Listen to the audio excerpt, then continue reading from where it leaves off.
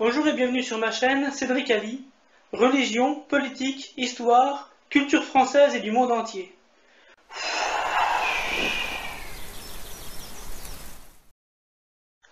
Vous pouvez vous abonner, mettre des commentaires, mettre des pouces bleus et n'oubliez pas de mettre la cloche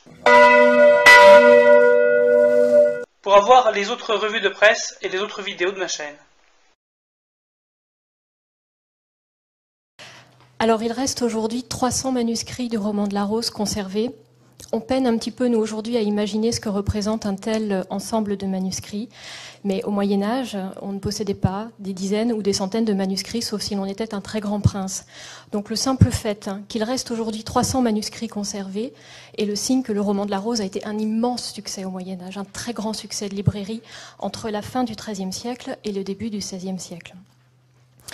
À peu près la moitié de ces manuscrits sont conservés en France, enfin même mieux que ça, à la Bibliothèque nationale de France, au département des manuscrits et à la bibliothèque de l'Arsenal.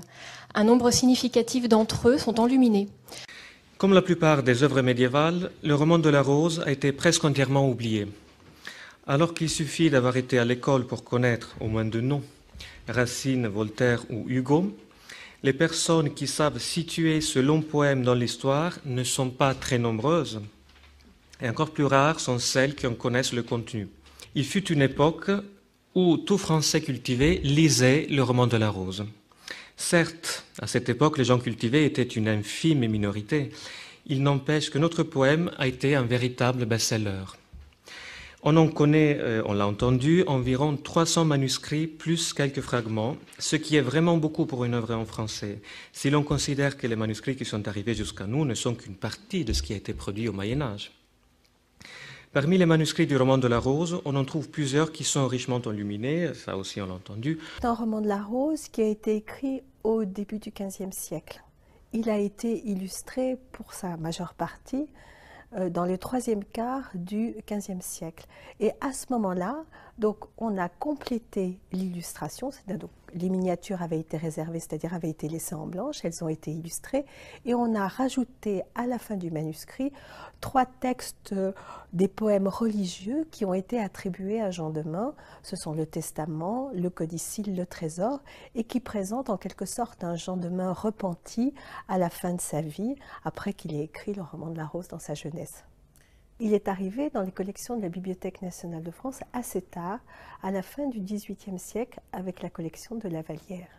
En fait, on ne sait pas au départ à qui il a appartenu, probablement à un grand prince qui a voulu faire écrire une espèce de roman de la Rose christianisé pour répondre à cette querelle du roman de la Rose. Le roman de la Rose est fait en 2 temps. Sa première partie, qui est écrite par Guillaume de Lorris, est une entrée en amour d'un jeune homme, le temps d'un songe, tandis que sa deuxième partie est un véritable discours autour de l'amour, écrit par un clerc qui est à la fois satirique et savant, et qui donne aux jeunes gens tout le savoir qu'ils doivent connaître sur l'amour.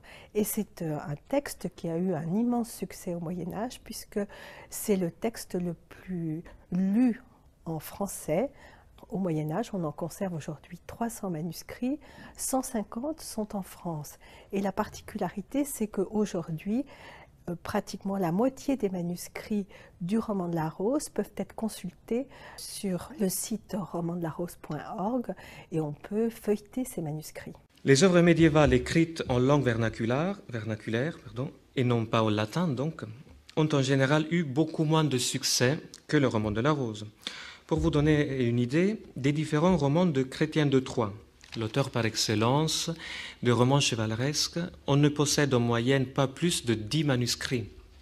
De Villon, probablement le seul poète médiéval qui soit encore lu à l'école, on n'a que 6 manuscrits. Et de plus, la plupart d'entre eux ne conservent qu'une petite partie de ces poèmes. Mais il y a le roman de la Rose qui raconte l'itinéraire d'une éducation sentimentale, le temps d'un rêve, pour aboutir à une grande réflexion sur la nature de l'amour et sur l'amour sous toutes ses formes. C'est un roman de 22 000 vers. Un peu plus de 4 000 vers sont donc attribués à Guillaume de Lorris. Et tout le reste à Jean Demain, qui en a donc rédigé l'essentiel. Guillaume de Loris n'est connu qu'à travers le roman de La Rose et le nom que nous donne Jean Demain. Jean Demain a écrit 40 ans environ après la mort de Guillaume de Loris. Jean Demain est connu. C'est l'auteur d'un ensemble d'œuvres importantes, le Testament, qui se situerait à la fin de sa vie, si on accepte le scénario d'une œuvre de Repentir, mais il est surtout aussi le traducteur de différentes œuvres, notamment de la Consolation de philosophie de Boès, des Lettres d'Héloïse et Abélard. Donc c'est un auteur qui a une œuvre, c'est un clerc, c'est quelqu'un, sans qu'on le connaisse vraiment très bien, a une existence qu'on peut attester. En revanche, Guillaume de Loris, d'une certaine façon, est réduit à ce personnage qu'il est à l'intérieur de ce roman. Le roman de La Rose ne doit toutefois pas son succès à sa première partie, courtoise et légère, qu'un auteur appelé Guillaume de Loris, inconnu par ailleurs, a laissé inachevé au bout d'environ 4000 vers.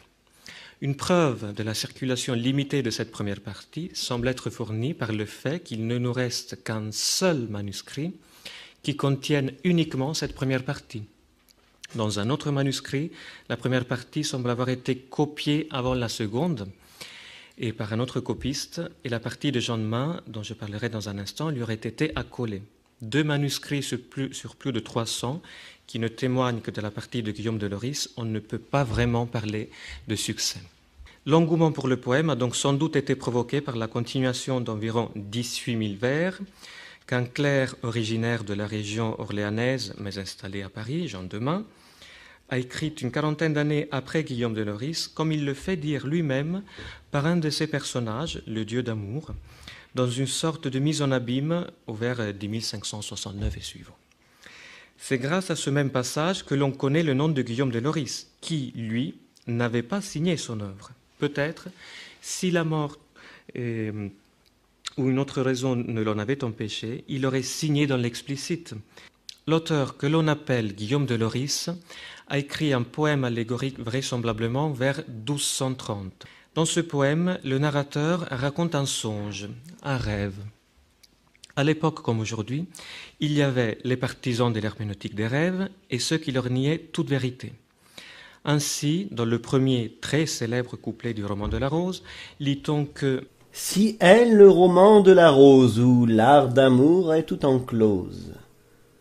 Maintes gens disent que les songes ne sont que fables et mensonges, mais on peut tel songe songer qui ne soit certes mensonger, et par la suite vrai se trouve moult évidente, en est la preuve, dans la fameuse vision advenue au roi Scipion, dont Macrobe écrivit l'histoire, car au songe il daignait croire. Bien plus, si quelqu'un pense ou dit que soit sottise ou folle esprit de croire qu'il se réalise, eh bien que cela folle me dise, car je crois moi sincèrement qu'un songe est l'avertissement de biens et maux qui nous attendent, et mains à voir songer prétendent la nuit chose confusément, qu'on voit ensuite clairement. » C'est-à-dire que ces gens pensent à tort que dans les rêves il ne faut voir que des mensonges, qu'ils n'ont donc pas un sens. Le narrateur, le poète narrateur, dit que on dit d'habitude que dans les songes, il n'y a que des mensonges, des inventions, des fables. Mais lui, il a fait un rêve qui s'est avéré, dont il découvre maintenant qu'il était vrai. Ce rêve, il l'a fait quand il avait 15 ans, si on comprend bien. Et 5 ans plus tard, à l'âge de 20 ans, il le comprend parce que ce rêve, c'était le rêve de la découverte de l'amour. Et quand il l'a fait, il était trop jeune pour aimer. Il n'était peut-être pas très précoce, mais enfin c'était comme ça.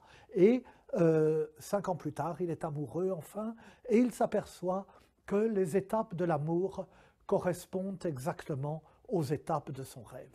J'avais 20 ans. C'est à cet âge qu'amour prend son droit de péage sur les jeunes cœurs. Sur mon lit, étendu, j'étais une nuit et dormais d'un sommeil paisible lorsque je vis un songe indicible en mon sommeil qui moult me plut. Mais nulle chose n'apparut qui ne m'advint tout dans la suite comme ce songe fut prédite. Or, veut ce songe rimailler, pour vos cœurs plus faire égayer. Amour m'emprit me commande, et si nul ou nulle demande sous quel nom je veux annoncer ce roman qui va commencer, si est le roman de Rose, où l'art d'amour est tout enclose. La matière de ce roman est bonne et neuve assurément. Mon Dieu, que d'un bon œil le voit, et que le reçoive avec joie. Celle pour qui je l'entrepris, c'est celle qui a tant de prix, et tant est digne d'être aimée, qu'elle doit Rose être nommée. Il est bien de cela 5 ans, c'était en mai, amoureux temps, où tout sur terre s'égaie, car on ne voit buisson ni haie, qui ne se veuille en mai fleurir, et de jeunes feuilles couvrir. Les bois secs, tant que l'hiver dure, en mai, recouvrent leur verdure. Lors, oubliant la pauvreté, où elle a tout l'hiver été, la terre s'éveille arrosée par la bienfaisante rosée.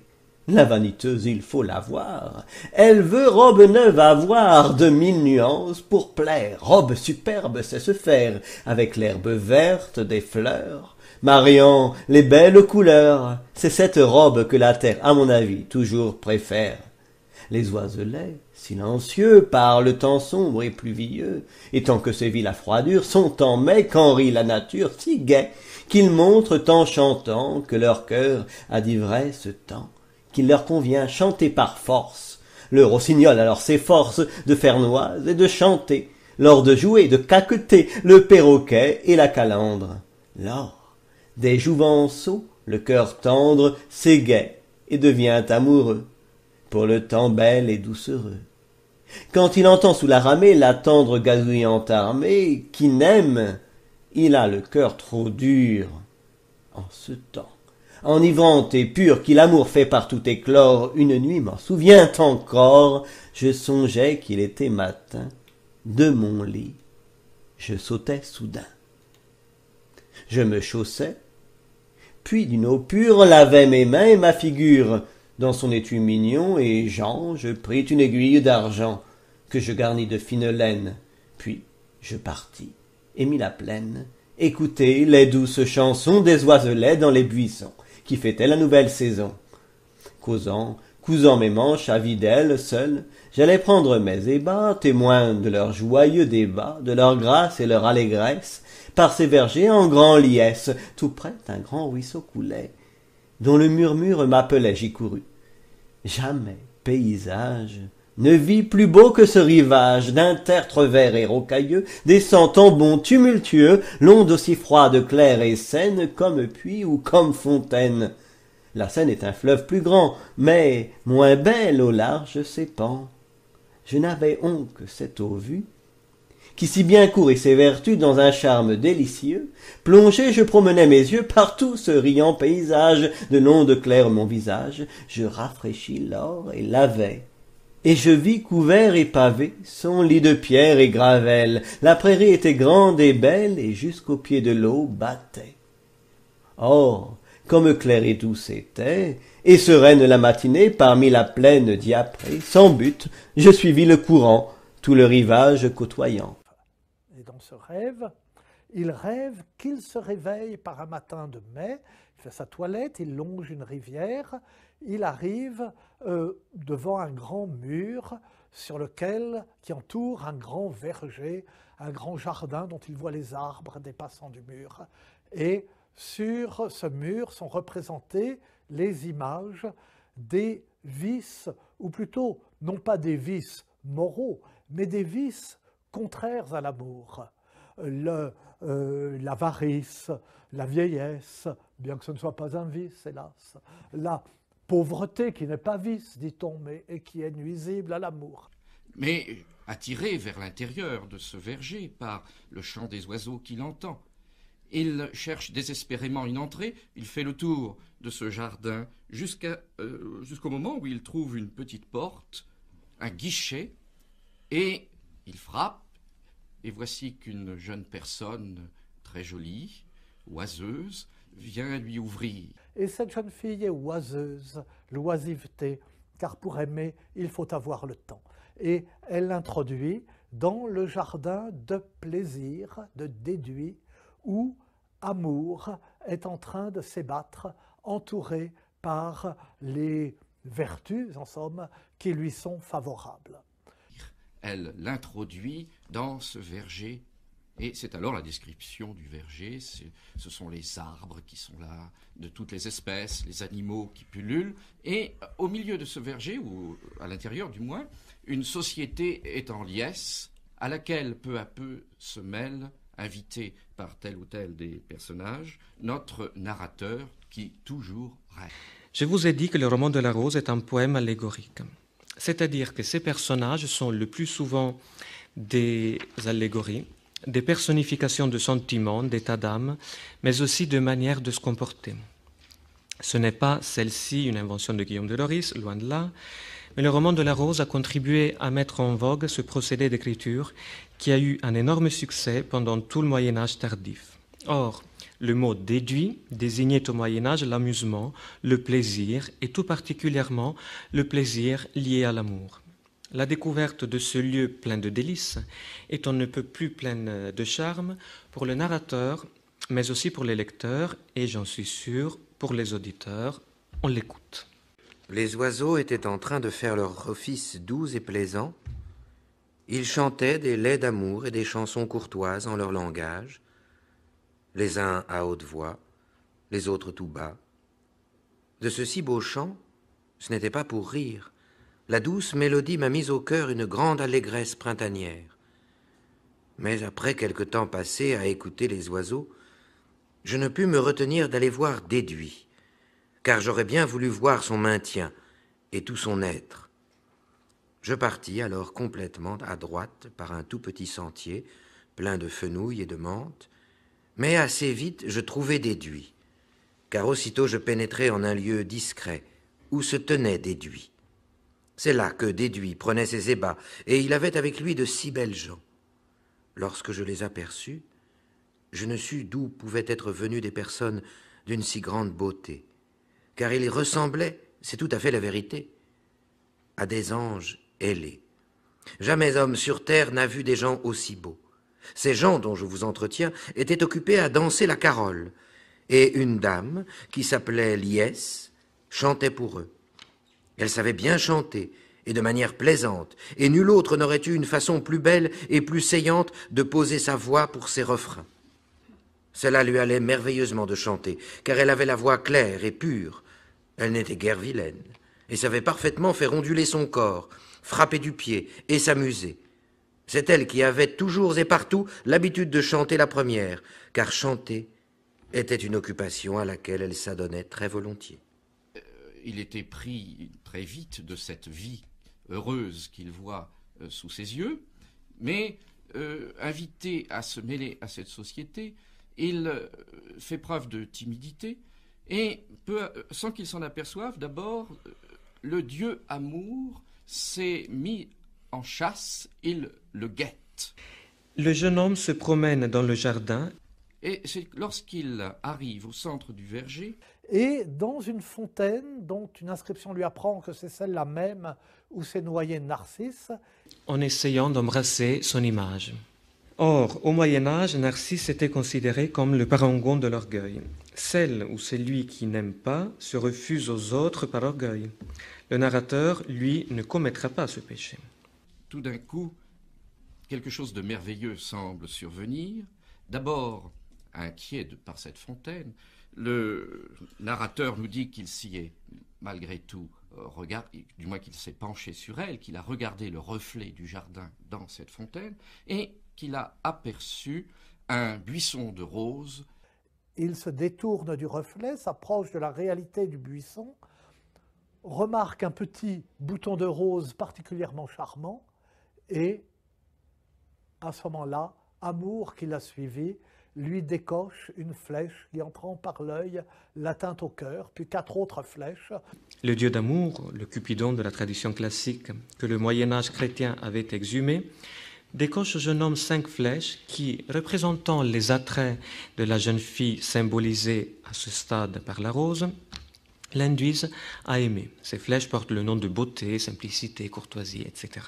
Et qui figure visiblement le premier coup de foudre amoureux, si l'on peut dire. Le voilà épris du bouton de rose et il ne rêve que de le cueillir. Et d'ailleurs, l'épisode de la fontaine de Narcisse le montre bien, puisque le narrateur, à ce moment-là, nous parle de la fontaine périlleuse. Bien sûr, il n'est pas comme Narcisse, il ne tombe pas amoureux de sa propre image, mais tout ce qu'il voit dans le verger, les roses dont il tombe amoureux, eh bien, c'est à travers le reflet dans cette fontaine qui est un lieu de mort et qui n'annonce rien de bon en matière d'amour, sauf peut-être qu'on ne peut jamais aimer autrement que sa propre image dans l'autre. Et ça, évidemment, cela conduit la plupart du temps à des frustrations et à des perplexités comme celle de l'amant qui se voit définitivement frustré de l'objet du désir, du moins chez Guillaume de Lorris. Mais après l'apologue mythique, on doit conclure que si le jeune homme subit l'effet des flèches, s'il tombe amoureux, c'est parce que, contrairement à Narcisse, il était prêt à aimer. C'est celui-ci le moment culminant du poème courtois, celui où le dieu d'amour devient une sorte de suzerain et fait du jeune homme, qui sera désormais l'amant, son vassal. Ainsi, lui ferme-t-il le cœur à clé. On le voit, ce sont des images qu'on utilise encore aujourd'hui pour parler d'amour. Il suffit de penser au Lockenhaut de la culture pop. Par la suite, Cupidon donne à l'amant quelques enseignements.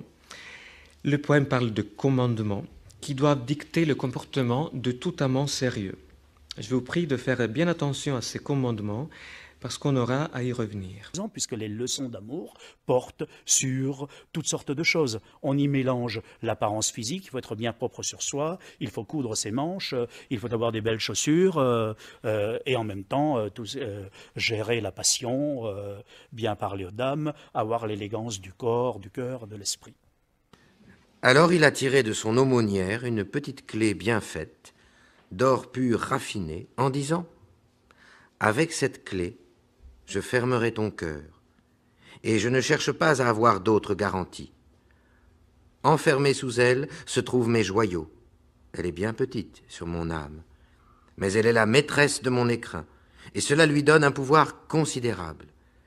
Il me toucha alors avec elle sur le côté, et ferma mon cœur si doucement que je la sentis vraiment à peine.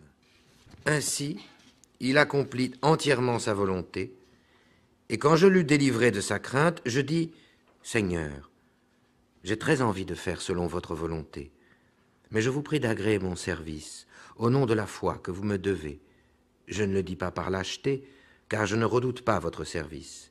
Mais c'est pour rien qu'un serviteur se fatigue à faire un service valable, et sachez-le vraiment sans mentir, si son service ne plaît au Seigneur auquel on le présente. Garde-toi bien de raconter sur autrui ce qu'il faut taire. Ce n'est pas un exploit que de médire. Réfléchis à l'exemple du sénéchal Queux, qui jadis, par ses railleries, souffrit d'une détestable réputation et fut haï. Autant Gauvin, le bien éduqué, était apprécié pour sa courtoisie, autant Queux fut blâmé, parce qu'il était perfide et cruel, insultant et médisant plus que tous les autres chevaliers. Sois avisé et de commerce agréable, doux et raisonnable dans tes propos envers les grands et les petits.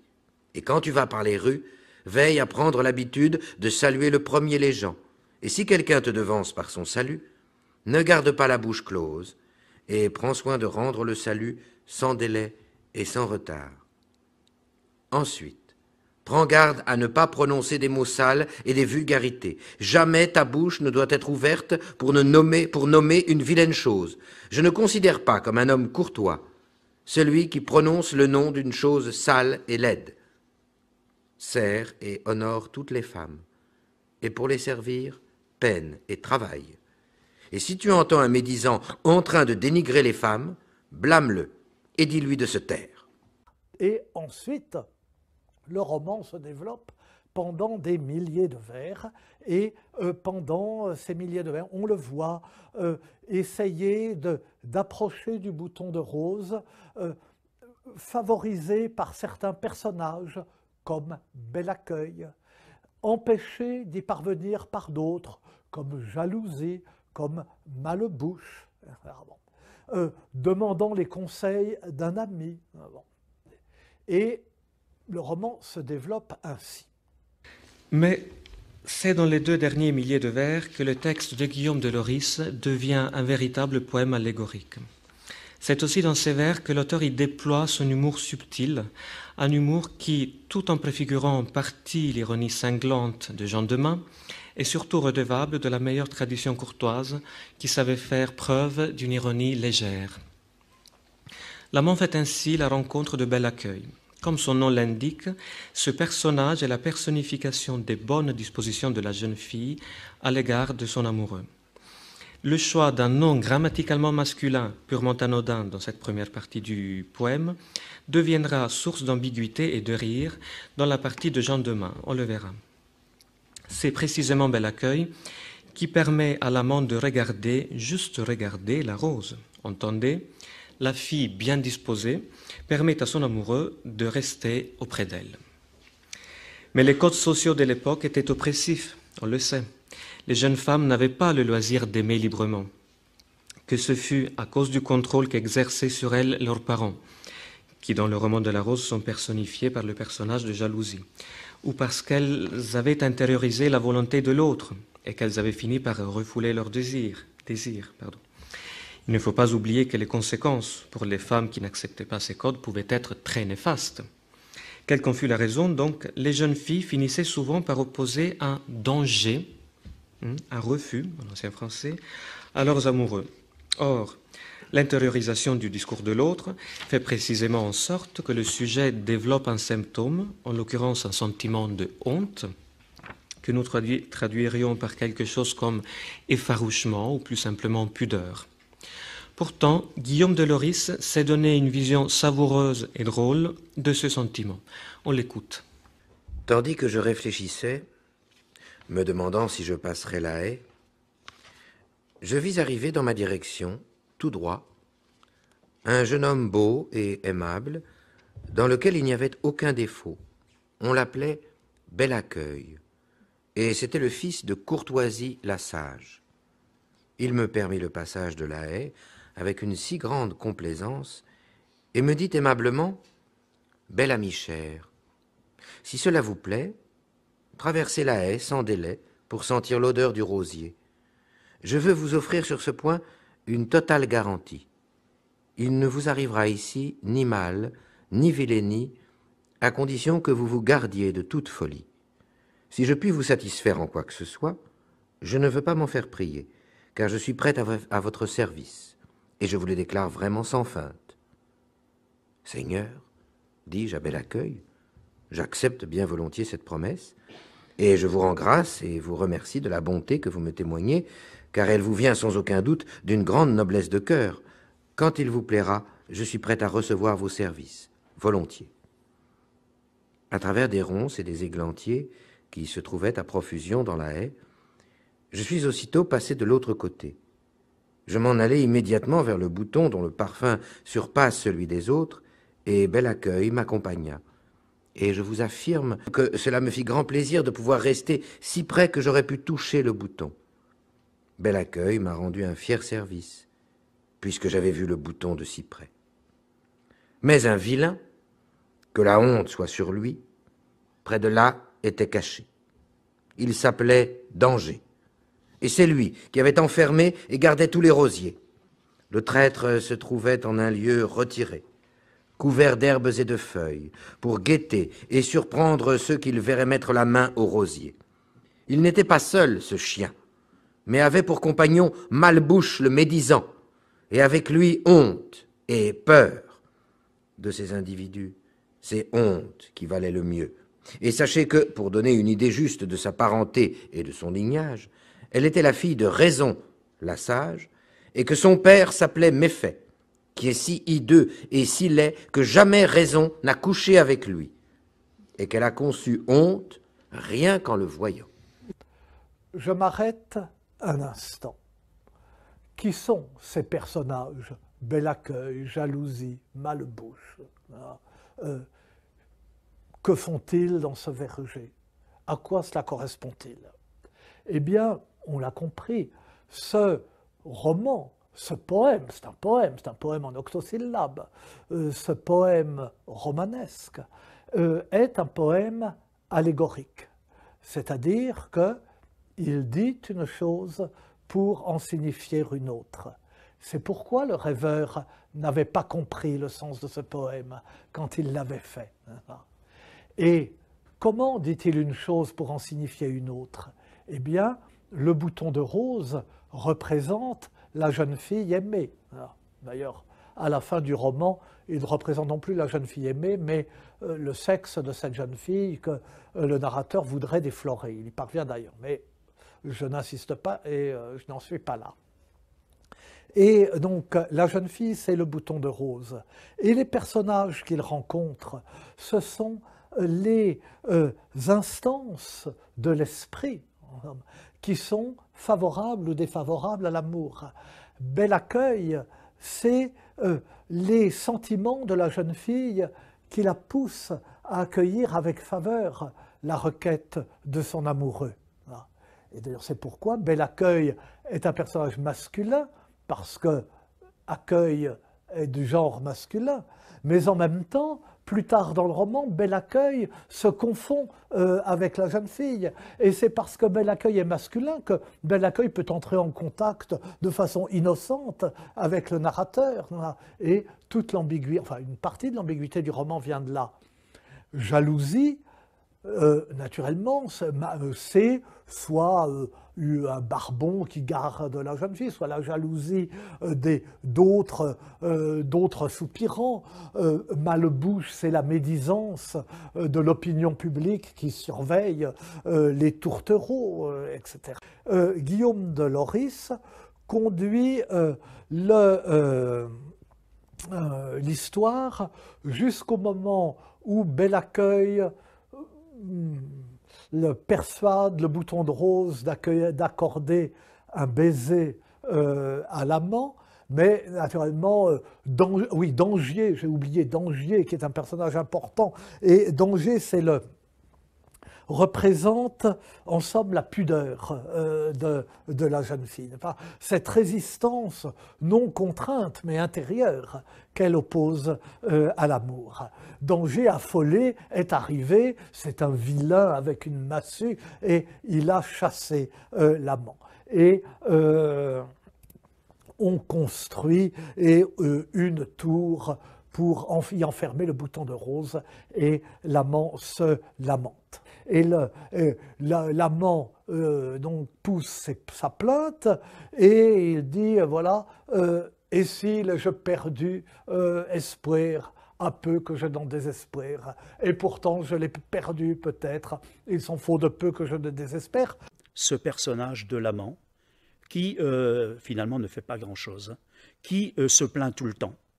C'est quelqu'un qui vit sur le mode le plus passif, qui geint, qui gémit, qui pleure. Et la fin de la première partie le montre bien, l'image saisissante. Il est devant le château de jalousie. Les rosiers sont enfermés, Bel accueil est enfermé dans sa tour, l'amant se trouve devant les murs. Que fait-il? Il pleure. Il attend peut-être que quelque chose lui tombe du ciel et pour le sortir de cette situation. C'est un texte tout à fait étonnant, puisque quand vous avez devant vous un manuscrit du roman de la Rose, eh bien, vous avez un texte qui a été écrit en 2 temps et qui d'ailleurs raconte sa propre genèse. Pour en venir à des choses très concrètes, dans les 300 manuscrits qui restent, il y en a une bonne centaine qui sont enluminés. Parmi ceux-là, il y en a qui ont des programmes complets. La plupart des manuscrits qui ont des programmes complets de miniatures comportent sur le feuillet des vers 4000 à peu près, une vignette sur laquelle vous avez représenté un copiste, et puis à côté une rubrique. Ici, Guillaume de Lorris a terminé son texte, et maître Jean Chopinel demain a continué.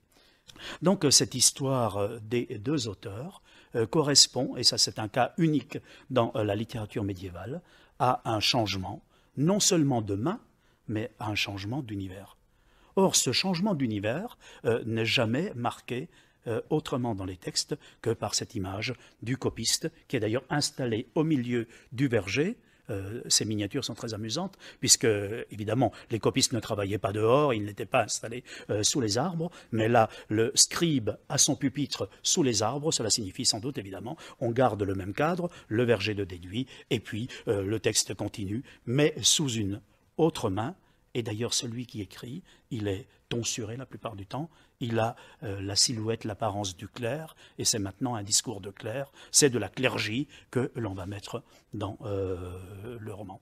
D'abord, c'est un texte qui, 6000 vers plus loin, nous dit, eh bien voilà, le protagoniste, celui qui jusqu'à présent disait « je », celui qu'on appelle aussi l'amant, eh bien celui-ci est le serviteur d'Amour. Amour présente son serviteur à ses troupes. Et il dit, voilà mon meilleur serviteur, Guillaume de Loris.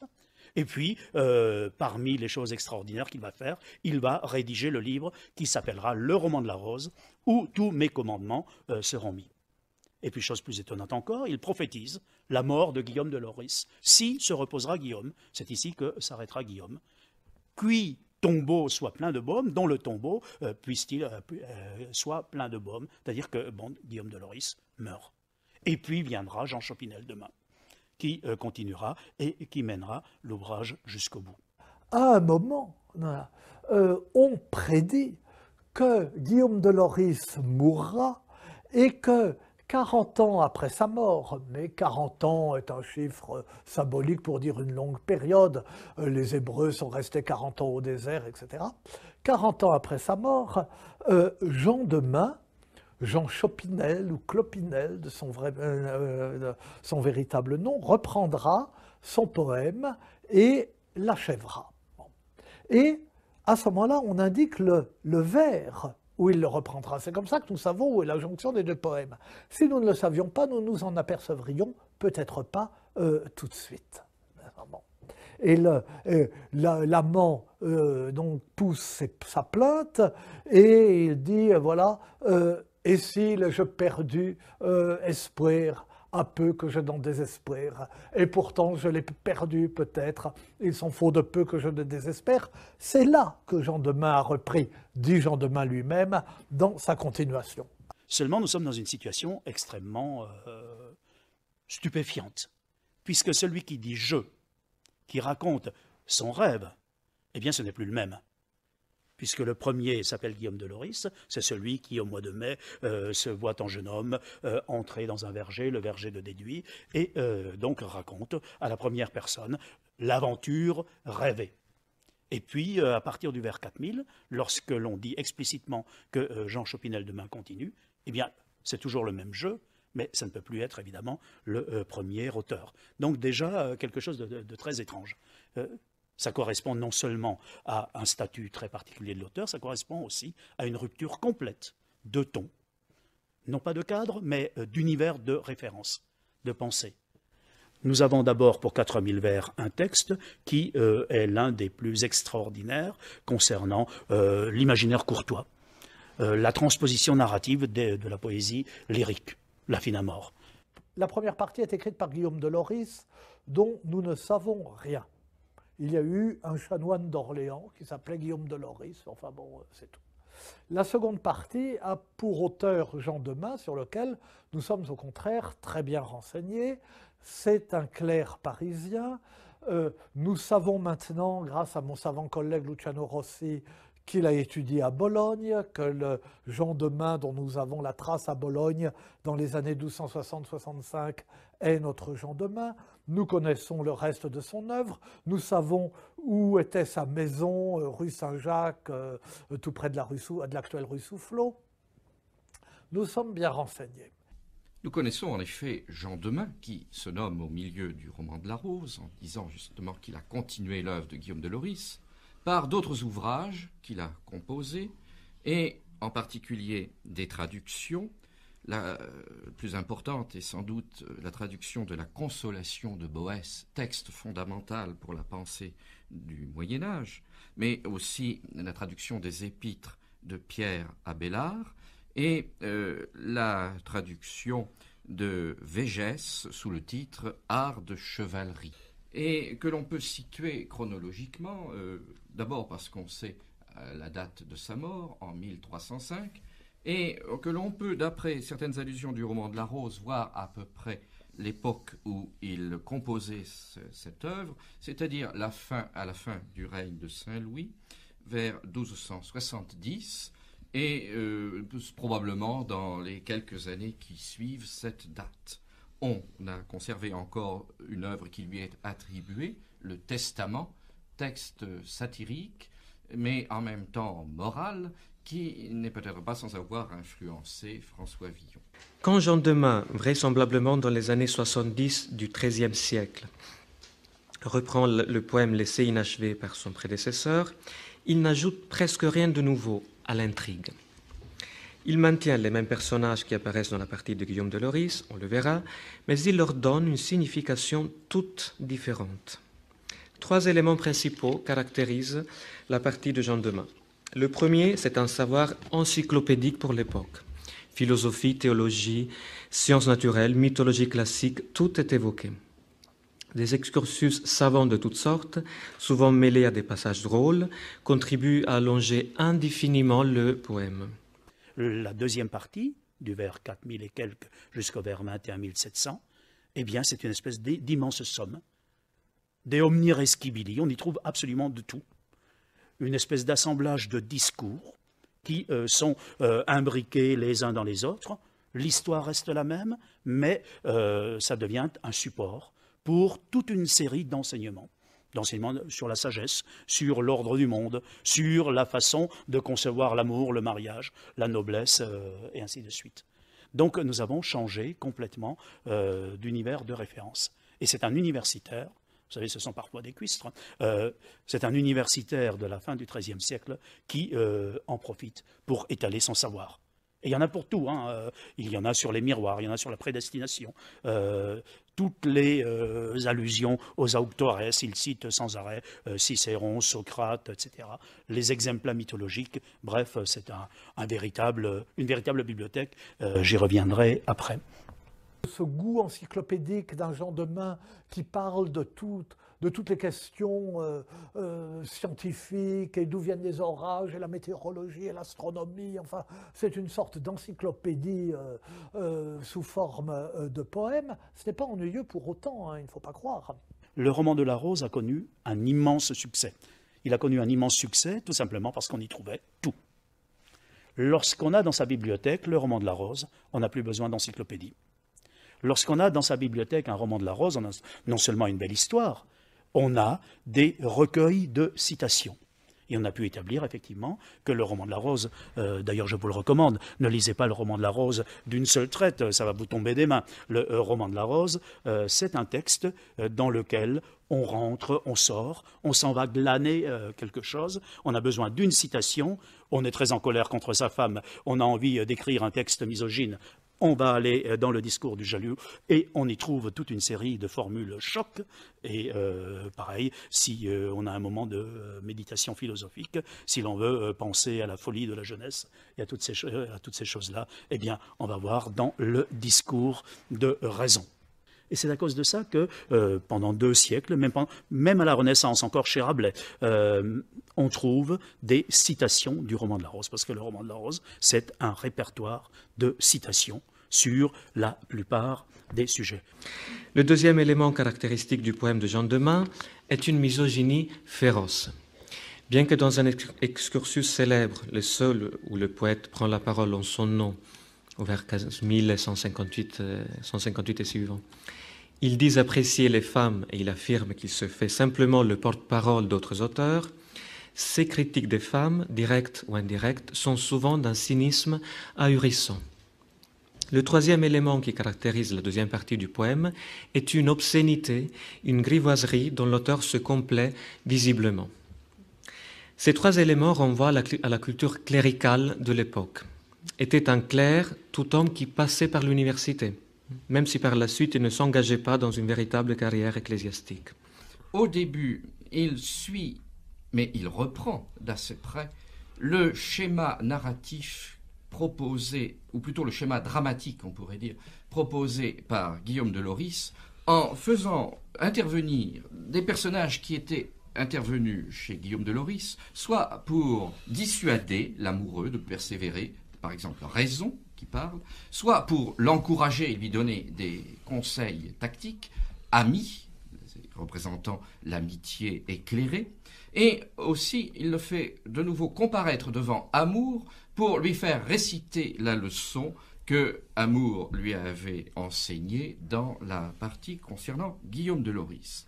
D'autre part, certains éléments de l'intrigue concernant la conquête de la Rose et la délivrance de Bel-Accueil enfermé dans le château sont visiblement repris à son modèle, c'est-à-dire à Guillaume de Lorris. Donc, dans la première partie de son texte, sur le plan de la narration, il semble suivre le schéma déjà utilisé par Guillaume de Lorris, ce qui n'est pas le travail d'un continuateur, mais plutôt de celui d'un remanieur, ou plutôt l'amplification, le développement de l'œuvre se fait en spirale et non pas d'une façon linéaire, en ajoutant quelque chose.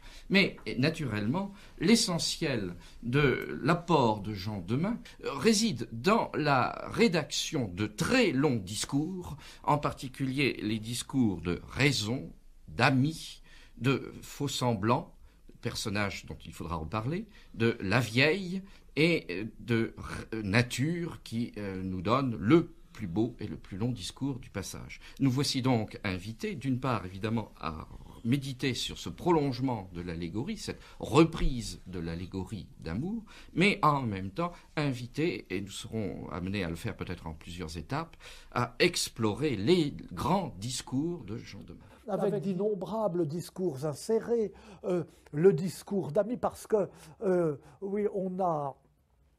Une fois que, j'oublie les sons, une fois que l'amant est amoureux, raison vient lui dire que c'est pas bien d'aimer, qu'il va être malheureux, qu'il ferait mieux de pas être amoureux, mais il l'envoie promener, puis on lui donne des conseils. Alors qu'est-ce qu'il faut quand on aime? Il faut avoir un confident, un ami.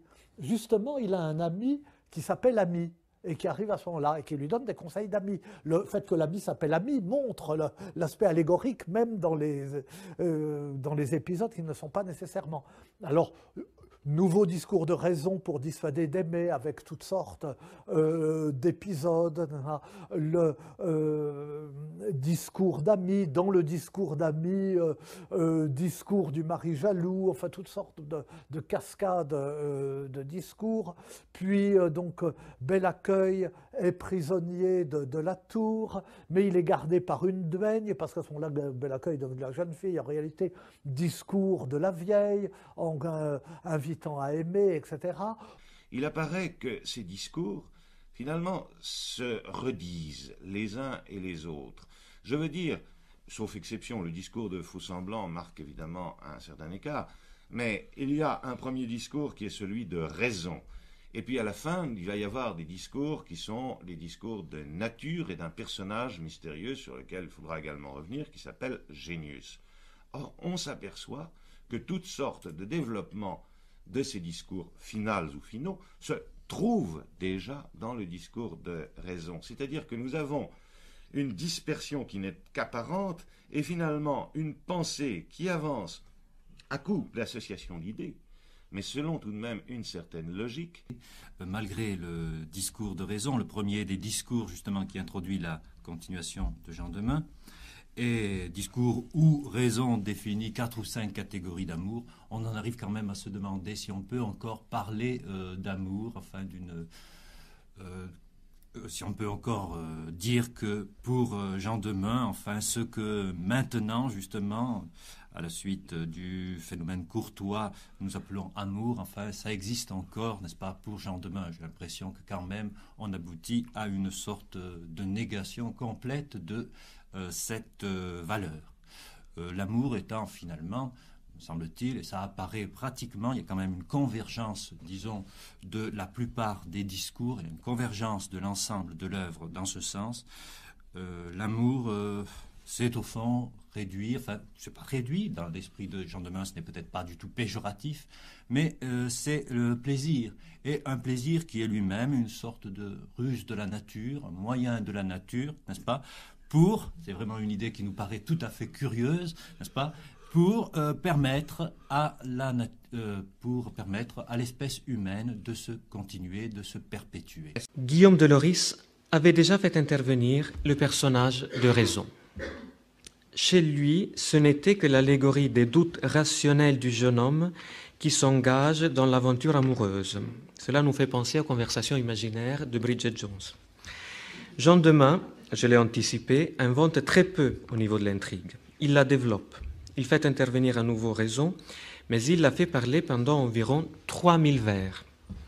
Or, entre autres choses, Raison fait un développement sur la question ancienne des mots et des choses, en soutenant pas moins que la théorie saussurienne de l'arbitraire du signe. Raison, c'est quelqu'un qui est très sérieux. C'est une dame très austère, elle est fille de Dieu, elle vient, elle fait la leçon. Elle parle de la noblesse, elle dit l'amour c'est la folie de la jeunesse. Il vaut mieux s'en tenir à l'amitié ou alors à l'amour de la sagesse, à la philosophie. Et elle cite évidemment tous les exemples antiques, surtout que la philosophie permet d'échapper aux caprices de fortune. Donc bon, il n'y a effectivement rien de très drôle dans ces 3000 vers. Et pourtant, à la fin des 3000 vers, il y a un passage extrêmement curieux. Un passage sur l'arbitraire du langage, où l'on voit cette dame d'une extraordinaire austérité prononcer des mots comme celui de couillon, comme celui de vite, etc.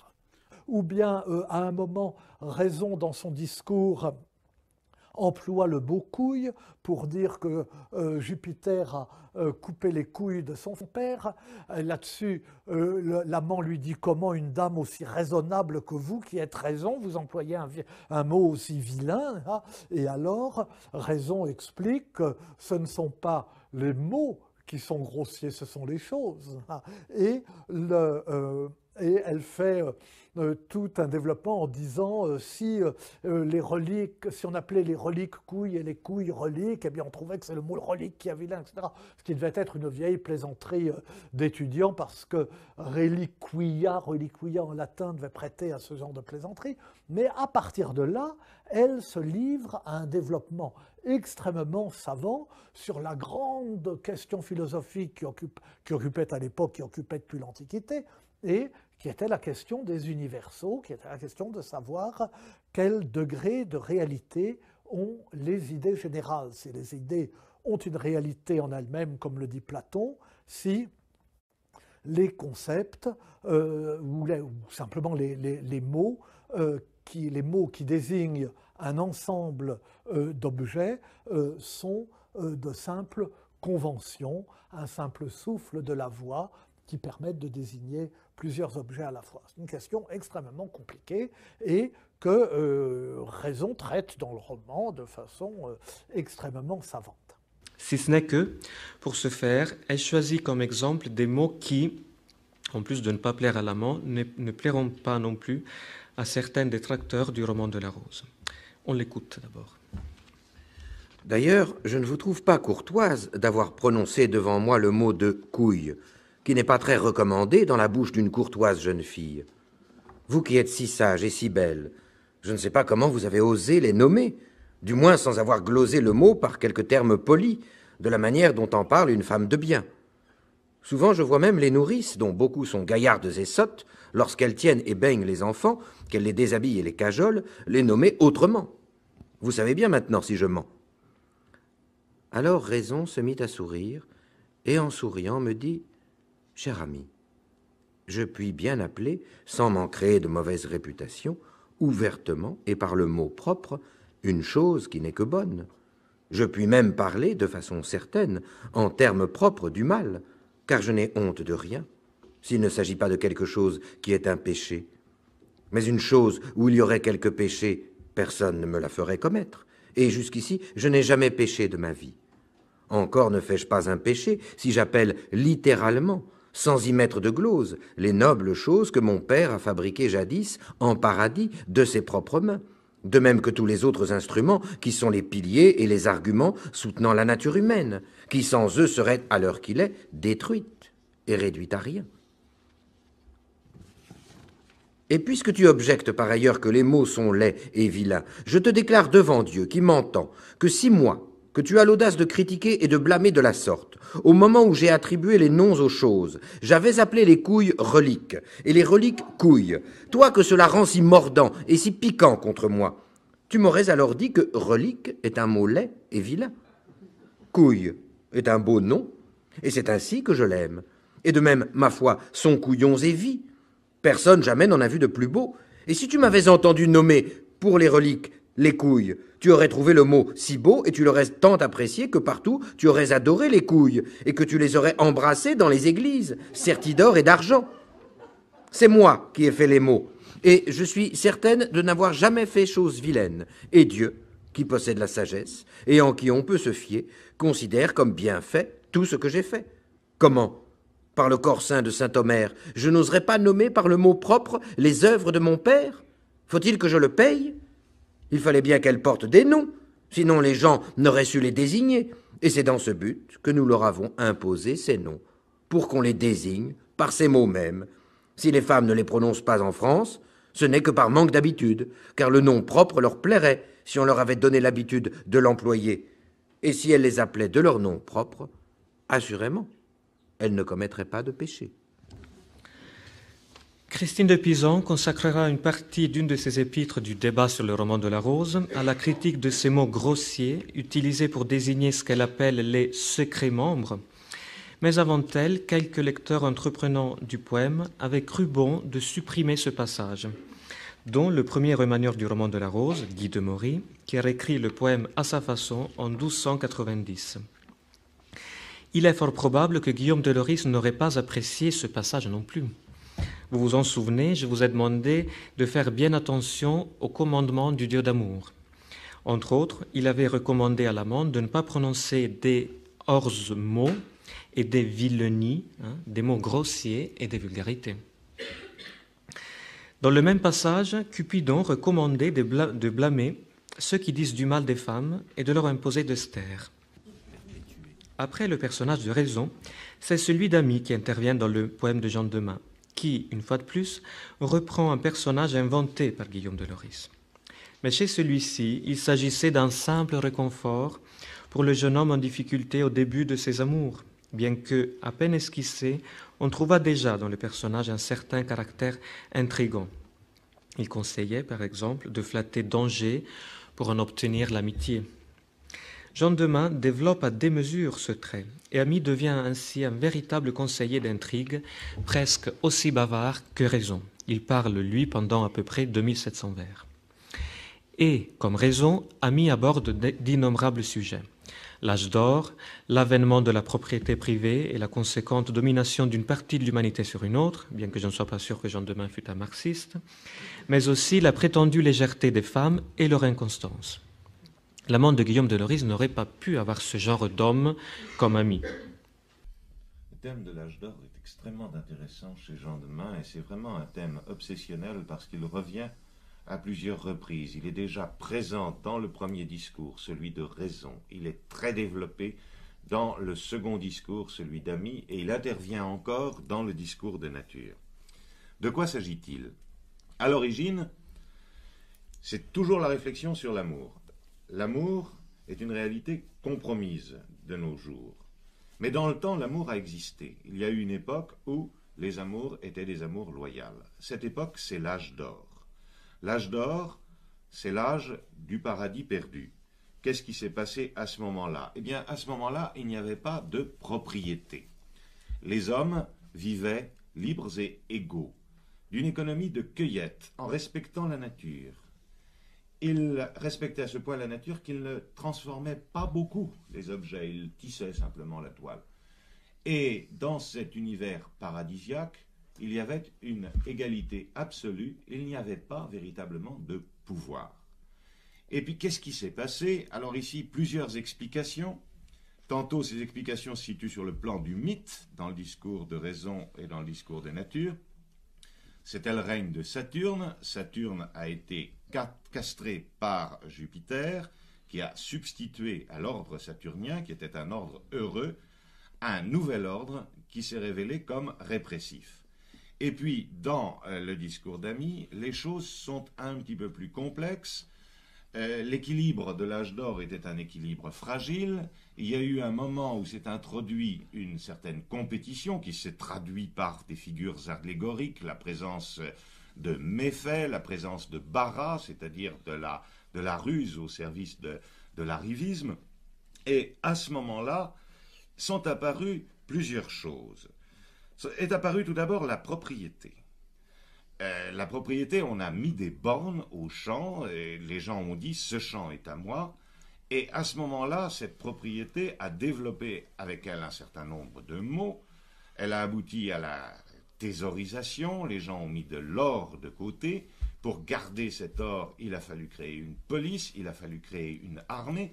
Et c'est à ce moment-là aussi, en fait, ma relation n'est peut-être pas chronologiquement tout à fait exacte, qu'est apparu le pouvoir, c'est-à-dire que pour défendre cette propriété, on a choisi le plus fort, un grand vilain corsu, nous dit Jean de Meung, c'est-à-dire un homme qui était un homme solide et qui est devenu le premier roi. Et ce premier roi a établi à ce moment-là un ordre fondé sur la police et l'armée, c'est chez Jean de Meung, qui était un ordre répressif fondé sur la loi. Ce règne de la loi qui est le règne de l'ordre jupitérien, mais un ordre qui est un ordre mauvais par rapport à cet univers idéal qui était un univers anarchique, entre guillemets, l'univers de l'âge d'or. Tout ceci est d'ailleurs profondément lié à l'amour. Car qu'est-ce qui s'est passé à ce moment-là ? À ce moment-là, au lieu d'avoir un amour fondé sur la relation libre de deux partenaires égaux, il s'est créé un déséquilibre. Le mari a revendiqué des droits sur sa femme, qui est devenue sa propriété, ou également l'inverse, c'est-à-dire que la femme, et ici Jean de Meung attaque l'amour courtois, a pris le pas sur l'homme et est devenue la dame.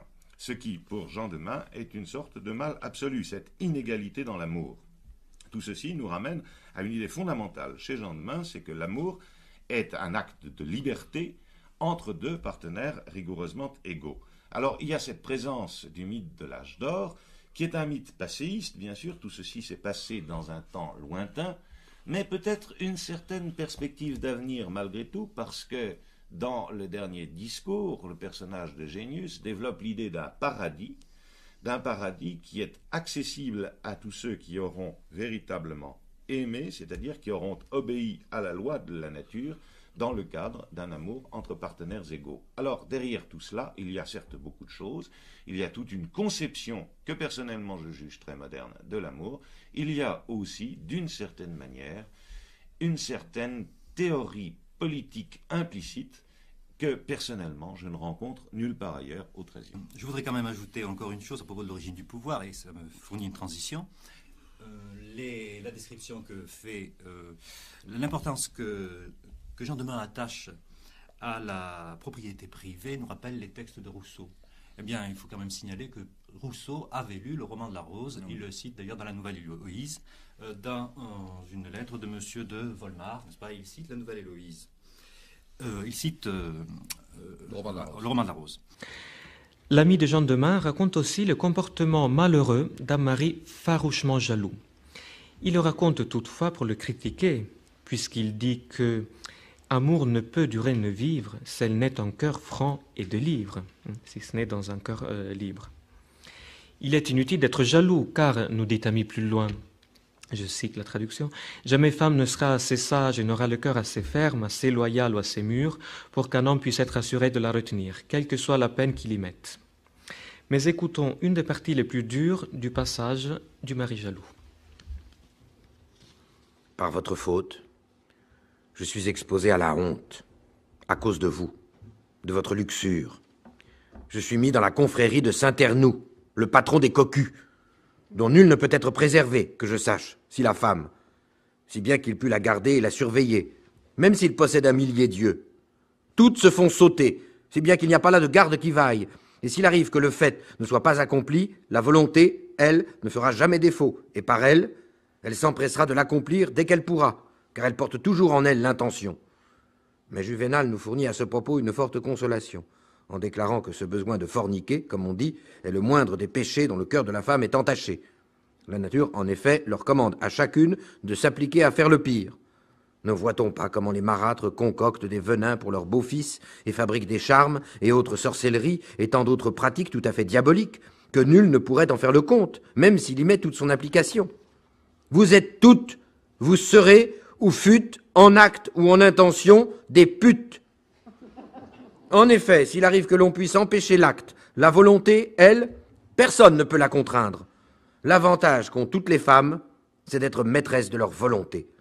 On ne peut pas vous changer le cœur par les coups et les mauvais traitements.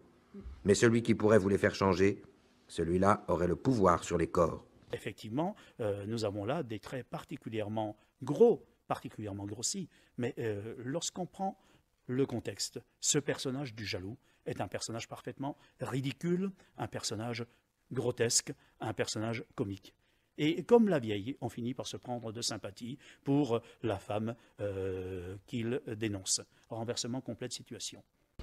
C'est un passage intéressant pour l'histoire de la tradition manuscrite du roman de la Rose.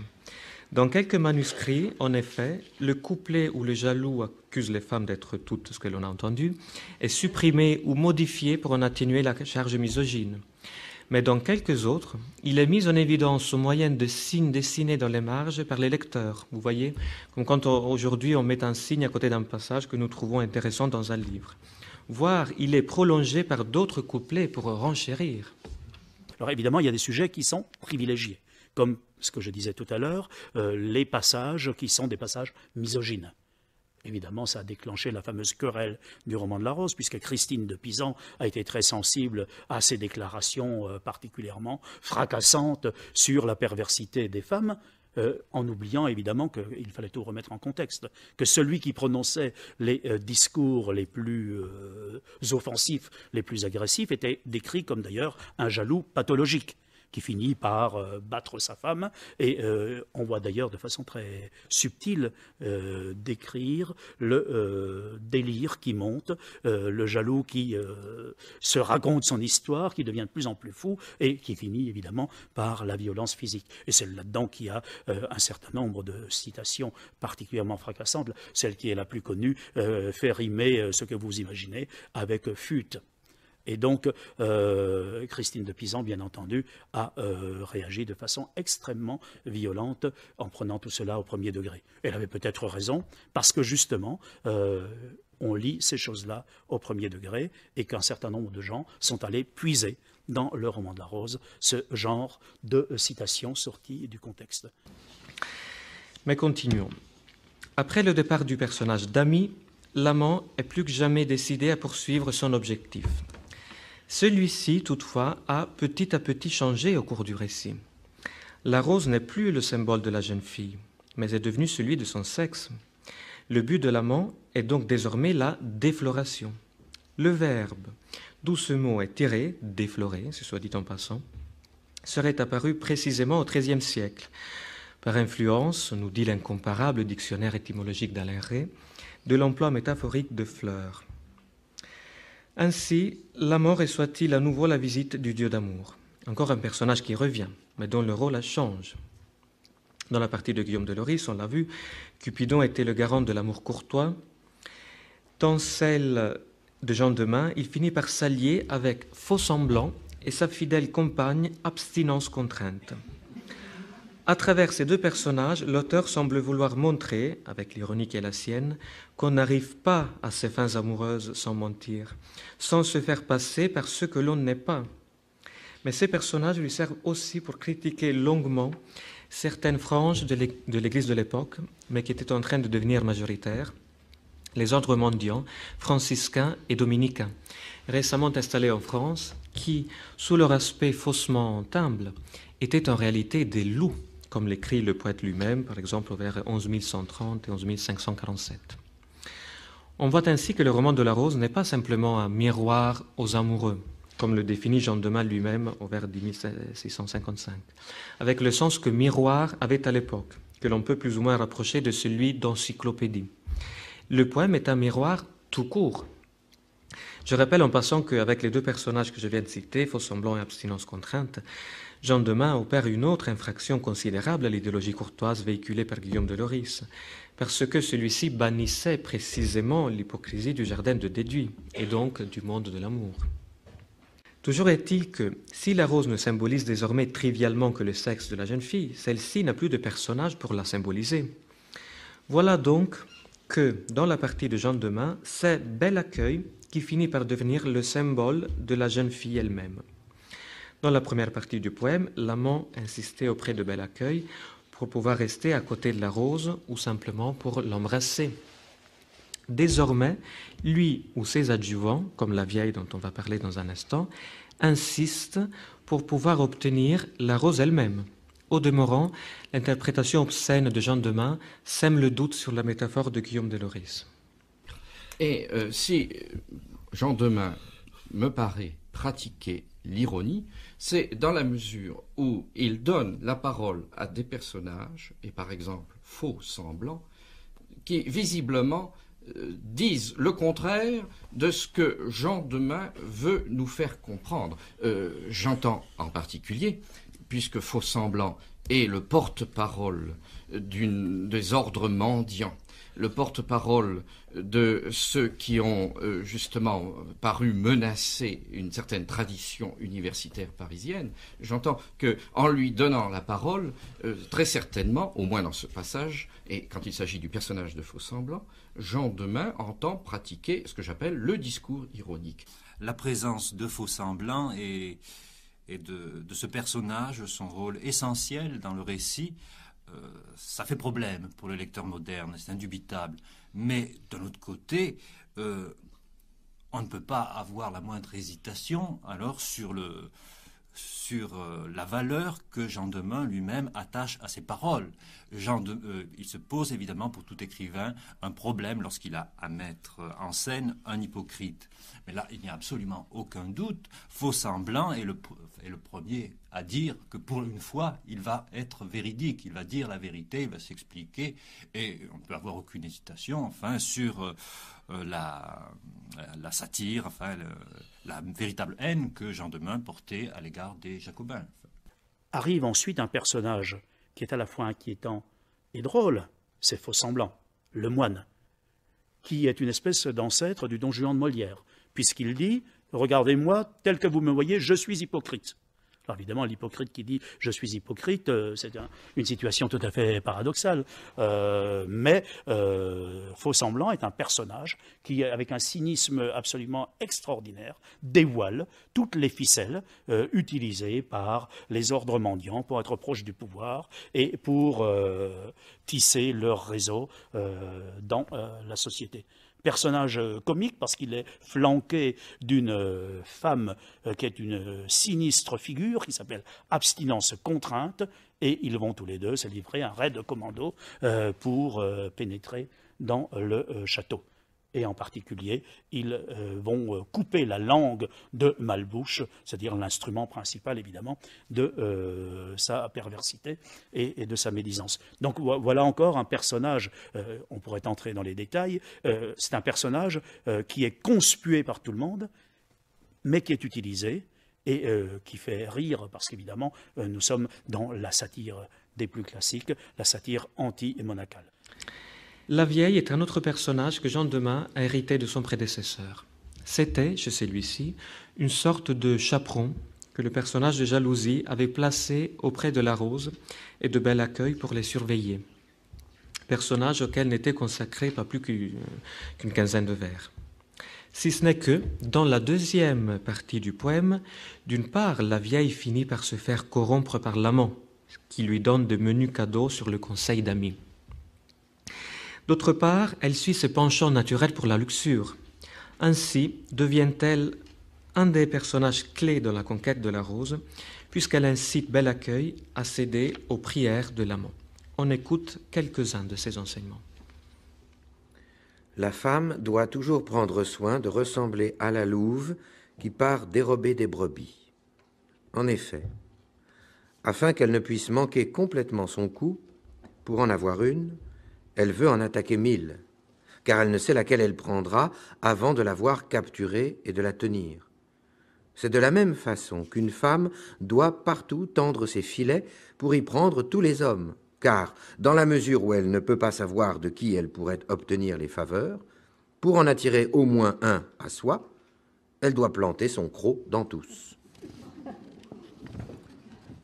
Il ne devrait pas alors arriver qu'elle n'en retienne aucun d'entre ses fous, parmi tant de milliers qui lui frottera les flancs, voire plusieurs d'un coup, par aventure, car l'art aide beaucoup la nature. Et si elle en accroche plusieurs à la fois qui ont envie de la mettre à la broche, il faut qu'elle fasse attention à la façon dont elle gérera son affaire, et qu'elle ne fixe pas 2 rendez-vous à la même heure, car les galants se prendraient pour des dupes en venant à plusieurs à la fois, et ils pourraient bien la délaisser. Cela pourrait lui faire grand tort, car au minimum, elle perdrait le cadeau que chacun apporterait. Elle ne doit jamais rien leur laisser dont ils puissent s'engraisser. Il faut au contraire qu'elle les réduise à un tel état de pauvreté qu'ils meurent dans la misère et les dettes, tandis qu'elle demeure riche, car tout ce qui leur reste est pure perte pour elle. Et quand elle entendra la requête de son soupirant, qu'elle veille à ne pas accorder son amour tout entier. Elle ne doit pas non plus le lui refuser intégralement, mais le tenir en balance pour qu'il ait à la fois peur et espérance.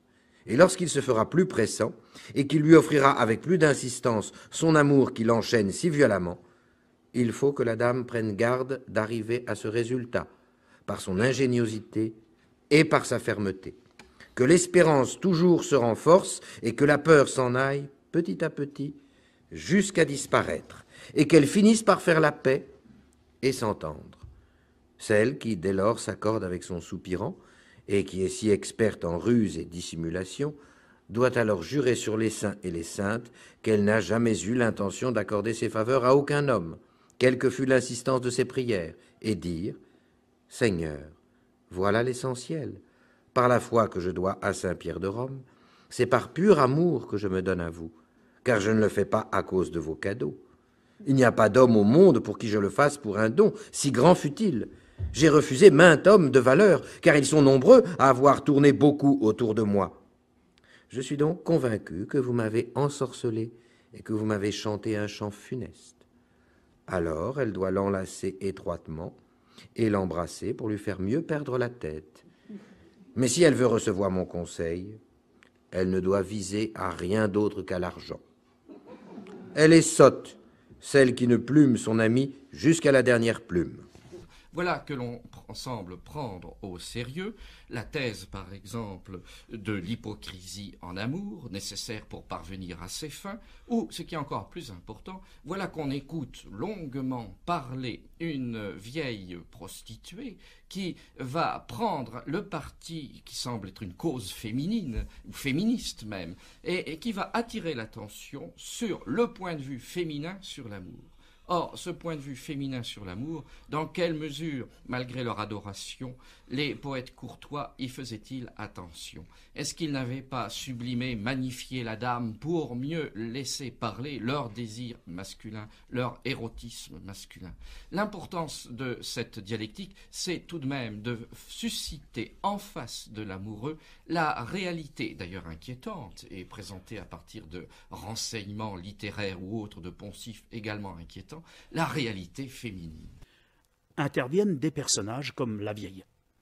La vieille, qui est une maquerelle, c'est la figure de la maquerelle telle qu'elle existe dans les comédies latines, et qui donne à bel accueil tous les moyens de séduction des hommes, en énumérant toutes les façons de tromper par les phares, comment cacher ses vices, comment se tenir à table, comment susciter le désir, et comment surtout plumer l'homme jusqu'à la dernière plume de son croupion. Dans le long discours de la vieille, environ 2000 vers, on a 2 ressorts comiques principaux.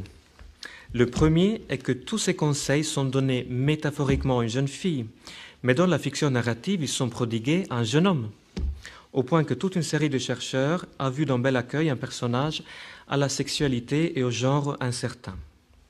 Le deuxième élément comique réside dans le fait que, censée chaperonner Bel Accueil et l'empêcher de se faire approcher par l'amant, la vieille finit non seulement par favoriser leur rencontre, mais aussi par encourager son pupille à prendre plusieurs amants, en fin de compte par l'inciter à se prostituer. On l'a écouté. Dans quelques passages, la vieille semble reconnaître la liberté sexuelle pour les femmes. Par exemple, au vers 13 879 et suivant, je cite en traduction, « Les femmes sont nées libres, c'est la loi qui leur a imposé certaines conditions, car la nature n'est pas si sotte qu'elle fasse naître marotte uniquement pour Aubichon. » La vieille enseigne donc l'art de la prostitution à Bel Accueil mais elle lui recommande de mettre de côté le plus d'argent possible et de ne pas commettre son erreur à elle.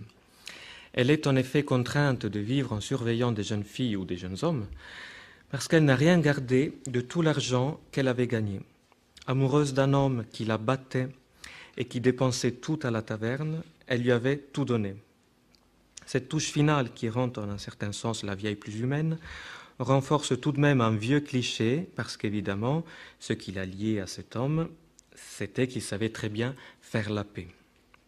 Le premier remanieur du roman de la Rose, Guy de Maury, auquel j'ai déjà fait allusion, après avoir expurgé une grande partie du discours de la vieille, avait remplacé cette conclusion par des conseils sur la façon de se séparer d'un amant sans le froisser. Je ne vous cache pas que le remaniement de Guy de Maury est bien moins amusant à lire que le poème original. Nous sommes dans un texte allégorique, il y a des personnifications. Eh bien, Jean Demain utilise le procédé de la personnification pour créer une espèce de comique grotesque, complètement du côté du nonsense, c'est-à-dire qu'il imagine le combat des vices et des vertus avec, bien entendu, des situations totalement aberrantes, totalement absurdes. Pitié qui, avec ses larmes, noie son adversaire. Et donc, en poussant au maximum le trait, c'est-à-dire c'est tout simplement la logique de développement de la personnification, on aboutit à des choses tout à fait stupéfiantes, totalement saugrenues. Le discours de la vieille se conclut environ au vers 14 500. Autant dire qu'il manque encore presque 7 500 vers à la fin. Une grande partie de ces vers sont occupés par les discours de Nature et de son prêtre, une sorte de chapelain, appelé Génus. Nature est tellement logoréique que Génus lui-même lui reproche d'être bavarde, parce qu'elle reste malgré tout une femme, dit-il. C'est la partie la plus encyclopédique du poème. Sous prétexte d'une sorte de confession, Nature fait un condensé des connaissances de son temps. Elle parle, entre autres, de l'alchimie, du libre arbitre, d'astronomie, de botanique, et je passe. Il y a des rapports avec l'alchimie. Jean Demain ne dit pas de mal de l'alchimie, il dit que c'est science véritable, alors qu'il dit du mal de toutes les autres formes de sciences occultes, et qu'il nous invite à nous méfier même de l'astrologie. Mais je ne pense pas, si l'on veut, comme le pensent certains très rapidement, que le roman de la Rose soit une œuvre alchimique en soi. Ce que je crois, c'est que le modèle de pensée alchimique exerce une certaine fascination sur les philosophes de l'époque, et qu'au fond, c'est une sorte de programme de science, en l'absence de toute pensée de la science. L'alchimie, malgré tout, c'est tout de même la préfiguration de la chimie et surtout la préfiguration de l'industrie. Et je crois que notre philosophe, épris de modernité, a réfléchi sur cette structure dans cette perspective. Au milieu de tout cela, long développement à caractère philosophique et sur de grandes questions philosophiques du temps, par exemple, il y a un très long développement sur les futurs contingents, sur la question de savoir, puisque Dieu est tout-puissant et qu'il sait tout, il n'y a pour lui ni passé ni avenir, donc où peut se situer la liberté de l'homme? Est-ce qu'il sait d'avance qui sera damné, qui sera sauvé? Ce genre de question qui est évidemment extrêmement difficile, voire insoluble, mais Jean Demain propose une solution qui est une solution originale. On continue. Le personnage de Nature, comme le personnage de Raison, c'est un personnage solennel, respectable. Elle apparaît dans sa forge, elle forge les espèces. Et là, il y a une scène assez comique aussi, puisqu'on nous explique que le monde existe encore. L'humanité continue à survivre parce que Nature forge les espèces. Mort est à côté, elle les assomme au fur et à mesure, mais Nature a toujours quelques coins d'avance, quelques monnaies d'avance. Et cette petite avance de Nature, c'est l'humanité. Donc il faut imaginer la scène de Nature qui forge les espèces et puis Mort derrière avec sa massue qui les assomme au fur et à mesure. Mais Nature tient un discours sur l'ordre de l'univers. C'est un discours extraordinairement sérieux sur le cosmos, sur les éléments, sur la chaîne dorée qui relie tous les niveaux de l'être pour dire que tout fonctionne en harmonie. Cosmos, c'est la beauté, c'est l'ordre. Tout fonctionne en harmonie sauf l'homme. L'homme qui est le seul à ne pas respecter ses commandements. Quels sont ces commandements? Eh bien, c'est reproduisez-vous. L'homme qui utilise toutes sortes de détours pour pratiquer l'amour sans songer à la procréation. L'homme qui donc triche avec les lois de la nature, parce que nature a mis le plaisir comme appât, comme séduction, afin que l'on se reproduise. Alors, évidemment, il ne faut pas crier ici au génie et à l'innovation. Dans la théologie médiévale, c'est quelque chose qui est relativement banal, que, évidemment, cet éloge de la procréation, de la reproduction, à travers la relation amoureuse, et tout particulièrement le mariage. Et à partir de là, on tombe dans la gaudriole. À partir de là, intervient un personnage qui s'appelle Génius. Il est hérité de textes latins philosophiques du siècle précédent, Alain de Lille. Ce sont des textes qui reproduisent un peu le système platonicien, qui le mettent en poème allégorique. Et bien le personnage de Génius chez Jean de Meung devient une espèce de joyeux luron. Déguisé en prêtre, il monte sur un tonneau et il se met à prêcher l'orgie généralisée. Reproduisez-vous, arrêt, baron, labourez, seigneur, labourez. Et donc c'est un passage absolument succulent. Bien entendu, il dit labourez, labourez, pour moissonner, pour vous reproduire. Mais la raison principale pour laquelle Nature est venue voir Génius, c'est qu'elle veut se plaindre d'un tort que lui fait l'être humain. Nature et Génius sont pratiquement les seuls personnages que Jean de Meung n'a pas hérités de Guillaume de Lorris. Il les a empruntés un poète et théologien du XIIe siècle, Alain de Lille. Jean de Meung en retient les critiques contre le refus d'une partie de l'humanité de procréer. Les religieux, les homosexuels, mais aussi, indirectement, les adeptes de l'amour courtois, qui, dans certaines de ces manifestations, prêchaient une théorie de l'amour sublimée, ou en tout cas qui n'avait pas comme but la procréation. Nature critiquait peut-être aussi tout simplement les paresseux. Le risque était pour elle que l'humanité finisse par s'éteindre, comme l'espèce des pandas aujourd'hui, qui n'ont plus assez de bambou pour survivre, bien sûr, mais qui sont aussi très paresseux, c'est bien connu. Que l'humanité s'éteigne par sa propre initiative et non pas par la volonté divine était un grave péché, bien entendu. Ainsi, Génius, après avoir écouté les plaintes de Nature et l'avoir au passage confessé, se fait-il son porte-parole. Il n'avait visiblement pas peur du cumul des mandats, lui. Tel est transporté devant une armée que le dieu d'amour avait rassemblée pour aider l'amant, il fait aux soldats une sorte de sermon. Vous voyez, on dirait du théâtre de l'absurde. Chaque épisode donne le là à un autre épisode, encore plus drôle ou du moins plus absurde que le précédent. C'est là tout l'enjeu de l'herméneutique du roman de la Rose. Jean de Meung avait-il l'intention de lui donner un sens? Ou s'est-il simplement amusé à écrire ce qui lui passait par la tête, et tout spécialement des passages grivois et misogynes? Selon certains interprètes, le sens du poème serait précisément à chercher dans le discours de Génius, qui est défini dans le poème lui-même, en ancien français, comme une définitive sentence, un message irrévocable, au vers 19508. On écoute une partie de ce message. Labourez, au nom de Dieu. Labourez, baron. Labourez et restaurez vos lignages. Si vous ne pensez pas fortement à labourer, il n'y a rien qui puisse les restaurer. Retroussez-vous bien par devant, comme si vous vouliez prendre le vent. Ou si cela vous plaît, mettez-vous tout nu, mais n'ayez ni trop froid, ni trop chaud. Soulevez, avec vos 2 mains nues, les mancherons de vos charrues, soutenez-les fortement de vos bras et prenez la peine de pousser le soc raidement dans le bon sillon afin de mieux vous y enfoncer. Et les chevaux qui vont devant, pour Dieu, ne les laissez pas être paresseux et prenez-les rudement et donnez-leur les plus forts coups que vous puissiez jamais donner lorsque vous voudrez labourer au plus profond.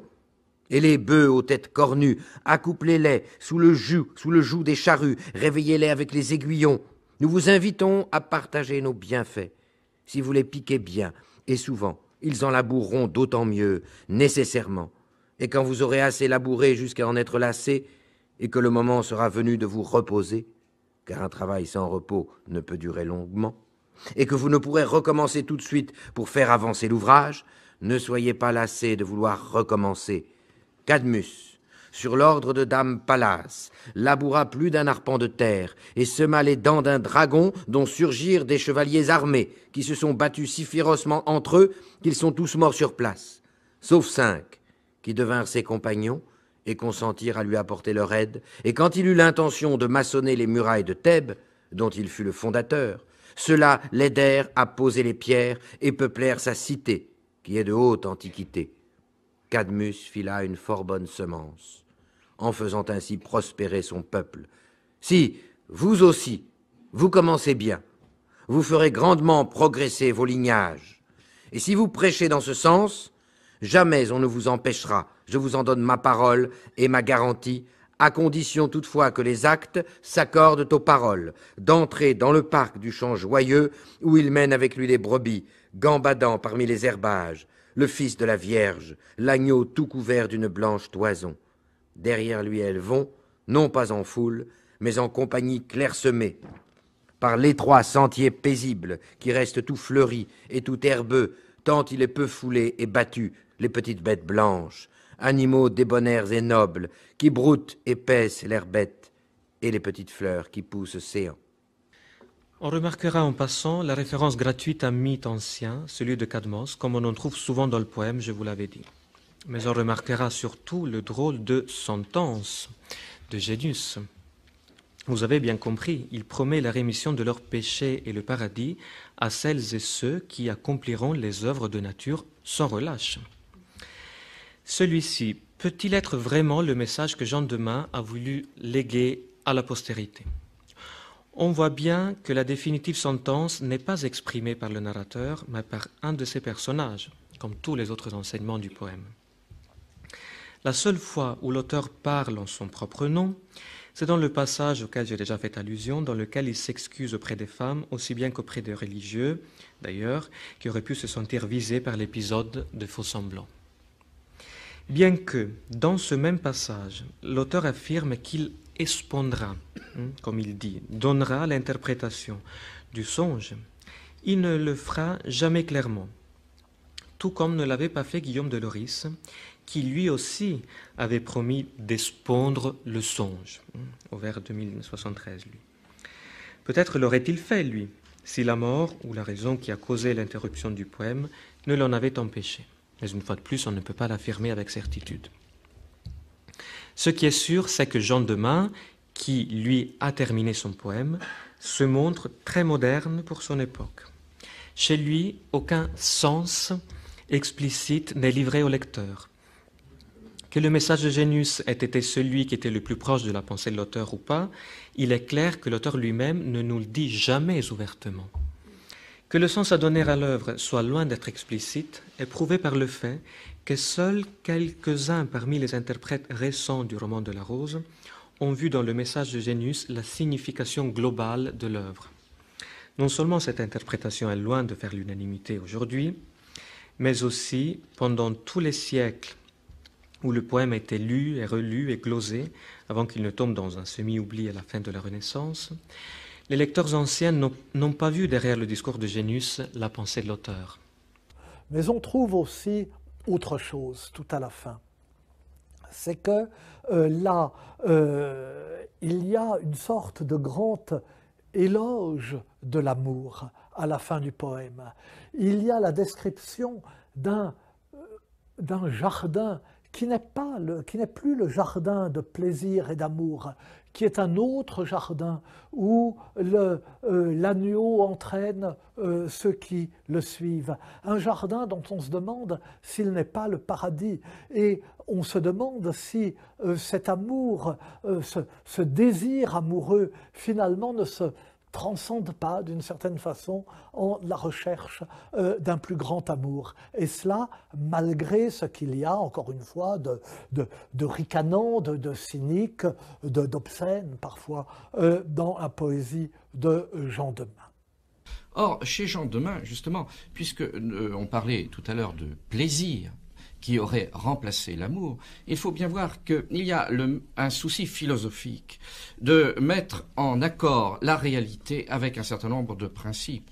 et je crois essentiellement avec le principe de la conservation de l'être humain, de la régénération de l'homme, et en tout cas un principe qui consisterait à respecter la nature telle que Dieu l'a voulu. Or, on dira, mais pourquoi utiliser ces voies détournées, et notamment par des passages extrêmement licencieux, voire obscènes, pour arriver à nous ramener à la morale telle que Dieu l'aurait voulu? Eh bien, c'est que pour Jean Demain, il n'y a en somme de connaissance que par l'expérience. Et il le dit clairement dans son texte en utilisant la comparaison avec la cuisine. Il dit: prenez un gourmand. Comment pourrait-il bien connaître la cuisine s'il ne va pas goûter de tous les plats, du sucré, du salé? Il ne pourra jamais dire, s'il n'a pas goûté à tout, ce qui est bon, ce qui est mauvais. Et alors, Jean Demain, c'est un procédé évidemment humoristique, mais malgré tout, il y a du sérieux toujours chez Jean Demain, derrière le sourire. Jean Demain veut dire par là, il est bon de tout essayer, et même en amour, et cela évidemment c'est très scandaleux peut-être à cette époque, même en amour, seule l'expérience en somme peut faire la connaissance.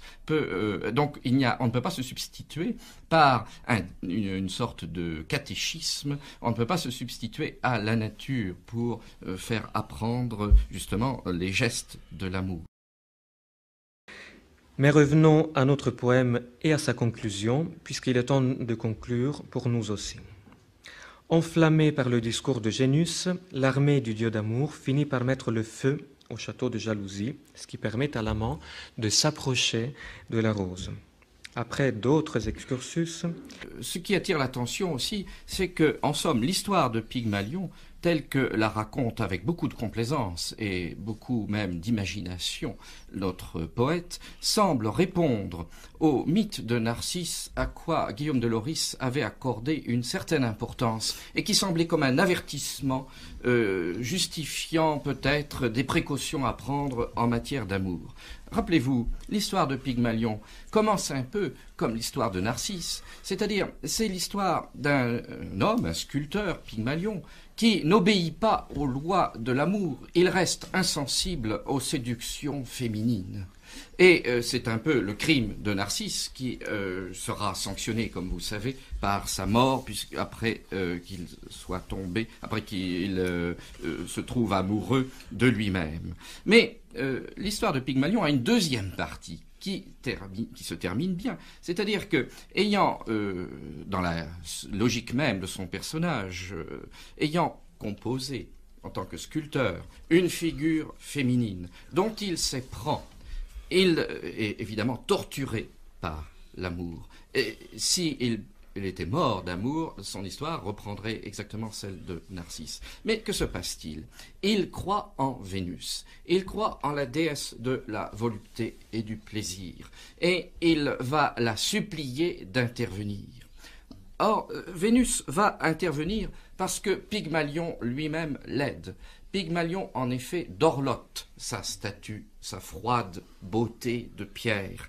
Il l'habille, il la caresse, il lui fait des prières, il lui chante, il lui fait la cour, en quelque sorte. Et Vénus va intervenir, va pour lui opérer le miracle qui est de réchauffer la pierre, de rompre en somme cette froideur insensible de la beauté féminine telle que l'a sculptée l'homme.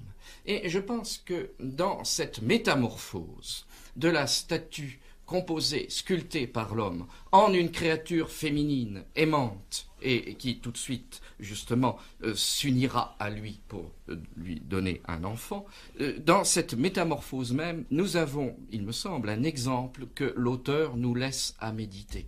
Peut-être que cet exemple résume à différents niveaux son message peut-être pratique d'abord, la technique amoureuse qui doit intervenir dans le couple si l'on veut justement parvenir à ses fins, c'est-à-dire que l'homme joue son rôle dans l'éducation sexuelle de la femme, mais plus profondément encore, il semble qu'il y ait dans le choix de Pygmalion le choix d'un type d'humanité. Artisan et artiste, les deux idées sont alors confondues. qui se substitue à celui du damoiseau qui était en somme le protagoniste du drame vu par Guillaume de Loris. C'est pourquoi je pense que l'auteur nous a laissé à réfléchir sur cette vieille histoire, car n'en doutons pas, l'homme du Moyen-Âge connaît la mythologie, sait commenter la mythologie. Il lui arrive d'en donner des interprétations évidemment forcées ou simplistes ou plates, mais il a le sens du mythe qu'il y a derrière la mythologie. Et c'est une des surprises heureuses de l'allégorie en général que de nous ménager parfois des perspectives sur le mythe comme celui-là. Et à la fin, au bout des 20 000 vers, et après toutes ces digressions, Amour décide finalement de mettre le siège devant la tour de jalousie, reçoit l'aide de sa mère Vénus, qui envoie un brandon enflammé qui met le feu au château. Le château est pris d'assaut. Néanmoins, il va poursuivre malgré tout jusqu'à son succès final l'attaque du château, et d'ailleurs il présente cette attaque en termes nettement plus militaires, construisant une sorte d'épopée dont il faudra d'ailleurs préciser le ton, mais enfin disons une épopée allégorique, qui, avec l'aide de Vénus et de son brandon enflammé, réussira précisément à mettre le feu dans ces résistances qui s'opposaient à son désir.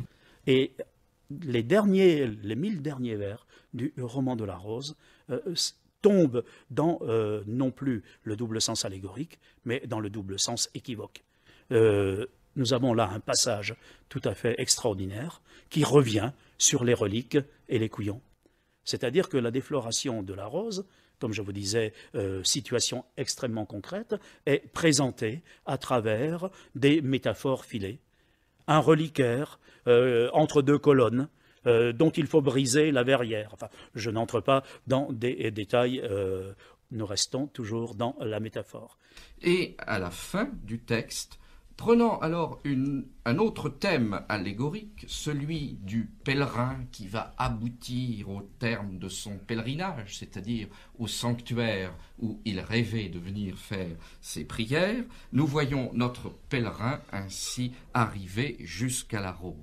L'amant devenu pèlerin d'amour, avec son gros bâton de pèlerin, écarte les petits pétales de la rose, et il met son bâton et est parvenu à ses fins. Et puis tout cela est présenté avec un luxe de détails. Le personnage, l'amant, le protagoniste, est déguisé en pèlerin, il a sa besace double, on se demande pourquoi, il a son bâton, et c'est avec cela évidemment qu'il brise la verrière. Donc toute la dernière partie, c'est une sorte de dérapage contrôlé, avec un langage, un double langage permanent qui renvoie à une grivoiserie qu'on a l'habitude de voir plutôt du côté du fabliau. C'est même plus sophistiqué que le fabliau, parce qu'il est rare que le fabliau ne fasse autre chose que de décrire de façon très directe, très concrète, et j'allais dire presque numérique, ce qui se passe dans les chambres à coucher. Tandis que là, c'est peut-être quasiment rabelaisien, avec cette espèce de plaisir des mots. On essaie d'explorer toutes les métaphores du langage autour des organes de la reproduction et de la pratique elle-même. Jean Demain termine son poème par un long passage dans lequel le narrateur décrit, sous un voile métaphorique mais qui laisse très peu de place à l'imagination, sa défloration de la jeune fille. Avec une métaphore qui peut paraître encore une fois blasphématoire, après celle des reliques qu'on a écoutées il y a quelques minutes, il s'y compare un pèlerin dans une description qui est digne d'un roman érotique contemporain. Cette nouvelle métaphore est bien entendu déplu à nombre de remanieurs médiévaux, ainsi qu'aux opposants du poème dans le débat du XVe siècle. Christine de Pisan parle de très horribles et honteuses conclusions. Ce rêve est censé s'être réalisé complètement, mais s'être réalisé évidemment pour le premier écrivain. Donc la fiction de départ ne tient plus. Et c'est la raison pour laquelle d'ailleurs Jean Demain achève par une pirouette Il achève d'abord par une plaisanterie, j'en reparlerai tout à l'heure à propos du rire, lorsqu'il prend la cueillette de la fleur pour quelque chose de très concret, à savoir la défloration, qui est décrite avec un très grand luxe de détails. Et donc, il termine par une pirouette, avec une certaine désinvolture, en congédiant tout simplement le rêve, un seul vers à la fin, à temps fut jour, le jour se leva, et je m'éveillai. Et puis voilà, circuler, il n'y a plus rien à voir. Et le roman se termine par « À temps fait jour et je m'éveille ». À ce moment-là, c'est le jour et je me réveille. On revient au poème de Guillaume de Loris. Mais dans le poème, on raconte un rêve, bien que Guillaume de Loris eût écrit que ce rêve s'était par la suite réalisé. Nulle mention de cette réalisation chez Jean Demain, qui continue d'écrire à la première personne, mais qui ne peut plus être confondu avec le narrateur. Même si la fiction du rêve ne devait être pour Jean Demain qu'un prétexte, la fin de ce rêve, pour être abrupte, n'en reste pas moins captivante pour nous. La conclusion de ce beau poème écrit il y a presque 750 ans, dont j'espère vous avoir donné envie de lire au moins quelques passages, sera aussi notre conclusion. On l'écoute.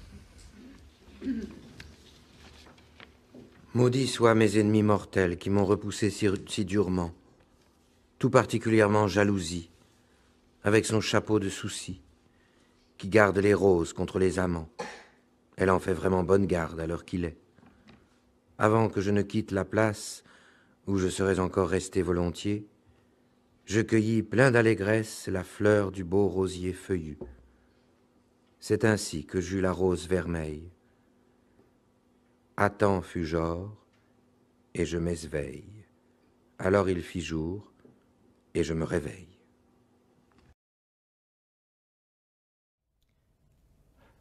C'est un roman somme qui synthétise la tradition lyrique antérieure et la tradition romanesque et une tradition allégorique. Romanesque, qu'on pense au roman de chevalerie ou au lait féerique, qui trouve là une sorte de synthèse qui permettra à tous les lecteurs qui suivront d'avoir dans une œuvre emblématique l'essentiel du discours amoureux des XIIe et XIIIe siècles. C'est une œuvre importante dans la mesure où elle sera lue par tous les auteurs, on peut dire, qui suivront Jean Demain à la fin du XIIIe siècle, que ce soit Guillaume de Machaut, Jean Froissart, Deschamps, Christine de Pisan, Charles d'Orléans, François Villon, tous ont lu le roman de la Rose et on en trouve dans leurs œuvres des traces manifestes. Mais ces passages n'étaient pas du goût de tout le monde. Dès sa publication, la partie de Jean Demain a connu une série de remaniements qui, tout en n'ayant pas eu une large diffusion, prouvent que certains lecteurs n'appréciaient pas forcément ces passages. Encore plus de 100 ans après sa publication, le roman de la Rose fera éclater la première querelle de la littérature française. Je fais référence à ce qu'il est convenu d'appeler le débat sur le roman de la Rose, dans lequel Christine de Pisan, en partie épaulée par Jean Gerson, critiquera l'obscénité et la misogynie du poème contre Jean de Montreuil et les frères Gontier et Pierre Coll en 1401-1402. Les choses changent complètement à la fin du XIVe siècle, en 1401-1402, avec ce qu'on appelait la querelle du roman de la Rose, et qui est au fond la première grande querelle littéraire qui ait connu le monde culturel français. La querelle avait été lancée par un écrit aujourd'hui perdu d'un secrétaire du roi, qui s'appelait Jean de Montreuil. Eh bien, ce Jean de Montreuil, donc secrétaire du roi, avait écrit un petit traité à l'éloge, qui faisait l'éloge du roman de la Rose. Et ce traité déchaîne la colère de Christine de Pisan. Christine de Pisan qui, à l'époque, représente au fond, disons grosso modo, le courant courtois et qui combat avec beaucoup de vivacité Jean Demain, le roman de la Rose et ses admirateurs, reprochant évidemment au roman de la Rose son antiféminisme, enfin ce qu'elle appelle ça, ses attaques contre les femmes, d'avoir médit des femmes, mais lui reprochant aussi des choses peut-être plus graves, enfin qui concernaient moins directement Christine de Pisan, son impiété, son naturalisme, si l'on veut, enfin toute une série d'erreurs, enfin, contre la morale et contre la foi. Les partisans du roman de la Rose ont une position qu'il est bien difficile à définir. On a l'impression, au cours de la querelle, qu'ils se sont beaucoup amusés et qu'ils ont surtout aimé voir Christine de Pisan se déchaîner, n'est-ce pas, contre eux. Et les choses n'auraient pas été bien graves si Christine de Pisan n'avait été rejointe et appuyée très fermement par quelqu'un qui est quand même plus important, si on peut dire, dans l'histoire de la société, le chancelier de l'université parisienne de l'époque, le chancelier Gerson. Alors, avec l'intervention de Gerson, les choses changent quand même. Gerson est un personnage très important dans l'Église de l'époque et dans l'université de l'époque, et tout ce qu'il écrit contre le roman de la Rose, les allusions qu'il y fait dans ses sermons, et ça c'est quand même pas usuel de faire allusion à des œuvres, n'est-ce pas, françaises dans des sermons, eh bien, tout ce que dit Gerson corrobore les critiques que porte Christine de Pisan contre le roman de la Rose. En définitive, Gerson et, comme donc Christine de Pisan, sont amenés à réhabiliter dans une certaine mesure Guillaume de Loris face à Jean Demeun, mais surtout à reprocher à Jean Demeun de graves erreurs contre la morale et contre la foi, comme je l'ai déjà dit, à considérer que c'est une œuvre qui est digne du bûcher, digne du feu.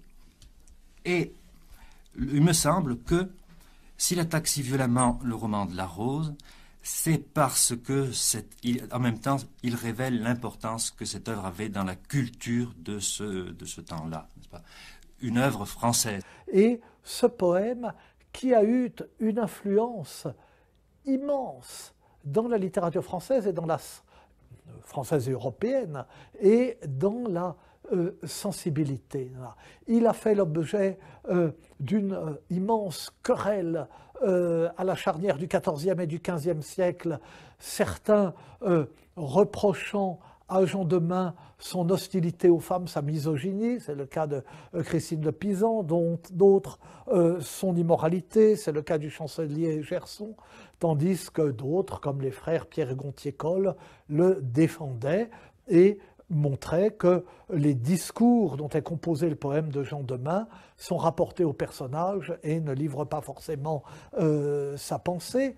Le roman de la Rose a été adapté en prose en 1500, même donc au début de la Renaissance, par Jean Molinet, parce que son langage, la langue était déjà vieillie et on ne le comprenait plus guère. Et tel que j'en ai parlé, il paraît sans doute extrêmement ennuyeux. On se demande comment il a pu avoir un tel succès. Mais quand on commence à le lire, eh bien, on est pris et on comprend que nos ancêtres l'aient tellement lu, tellement copié et tellement aimé. Et donc, pour terminer sur tout cela, peut-on encore lire le roman de la Rose aujourd'hui? Je ne vais évidemment pas dire non. Mais on peut se demander effectivement ce qu'un lecteur du XXIe siècle peut y trouver. Ce n'est pas un texte d'abord facile, parce qu'il suppose évidemment une culture médiévale, mais une fois qu'on a fait cet effort, on est dans un texte qui nous donne une image extraordinaire de la mentalité, du fonctionnement de l'imaginaire d'un clerc des années 1280. Comme il a étalé son savoir, comme il n'a presque rien caché de ce qu'il connaissait, eh bien, nous pouvons reconstituer la culture, l'imaginaire extrêmement riche d'un professeur d'université des années 1280, donc d'un intellectuel de cette époque. Alors évidemment, c'est une sorte de document historique. Il y a un autre plaisir à rentrer dans le roman de la Rose, ce sont les 4000 premiers vers qui se lisent comme un beau poème d'amour et comme l'une des plus belles traductions dans un récit de l'innamoramento et de toutes les souffrances, de toutes les perplexités, de toutes les ambiguïtés, de toutes les joies, de tous les plaisirs qui sont liés à ce genre d'expérience. Et puis, last but not least, nous sommes devant de très beaux manuscrits. Moi, je connais ceux qui sont à Montpellier, par exemple. Je vais les regarder régulièrement. Il y en a 2 qui sont superbes. Eh bien, on a le plaisir, vraiment le plaisir que devait avoir le lecteur de l'époque à feuilleter. Une fois qu'on a mis ses gants blancs, parce qu'il faut respecter bien entendu le texte, mais en même temps c'est une façon aussi solennelle d'aborder cet univers clos. Une fois qu'on a mis ses gants blancs, eh bien, on peut se laisser aller au plaisir d'entrer dans ces images, de regarder leur beauté. Et je pense que lorsque Guillaume de Lorris évoquait son verger, la beauté dont il parle, c'est aussi la beauté, évidemment, de son livre. Je n'habite pas sous un tipi, mais vous pouvez mettre un pouce bleu ou vous abonner. Salut!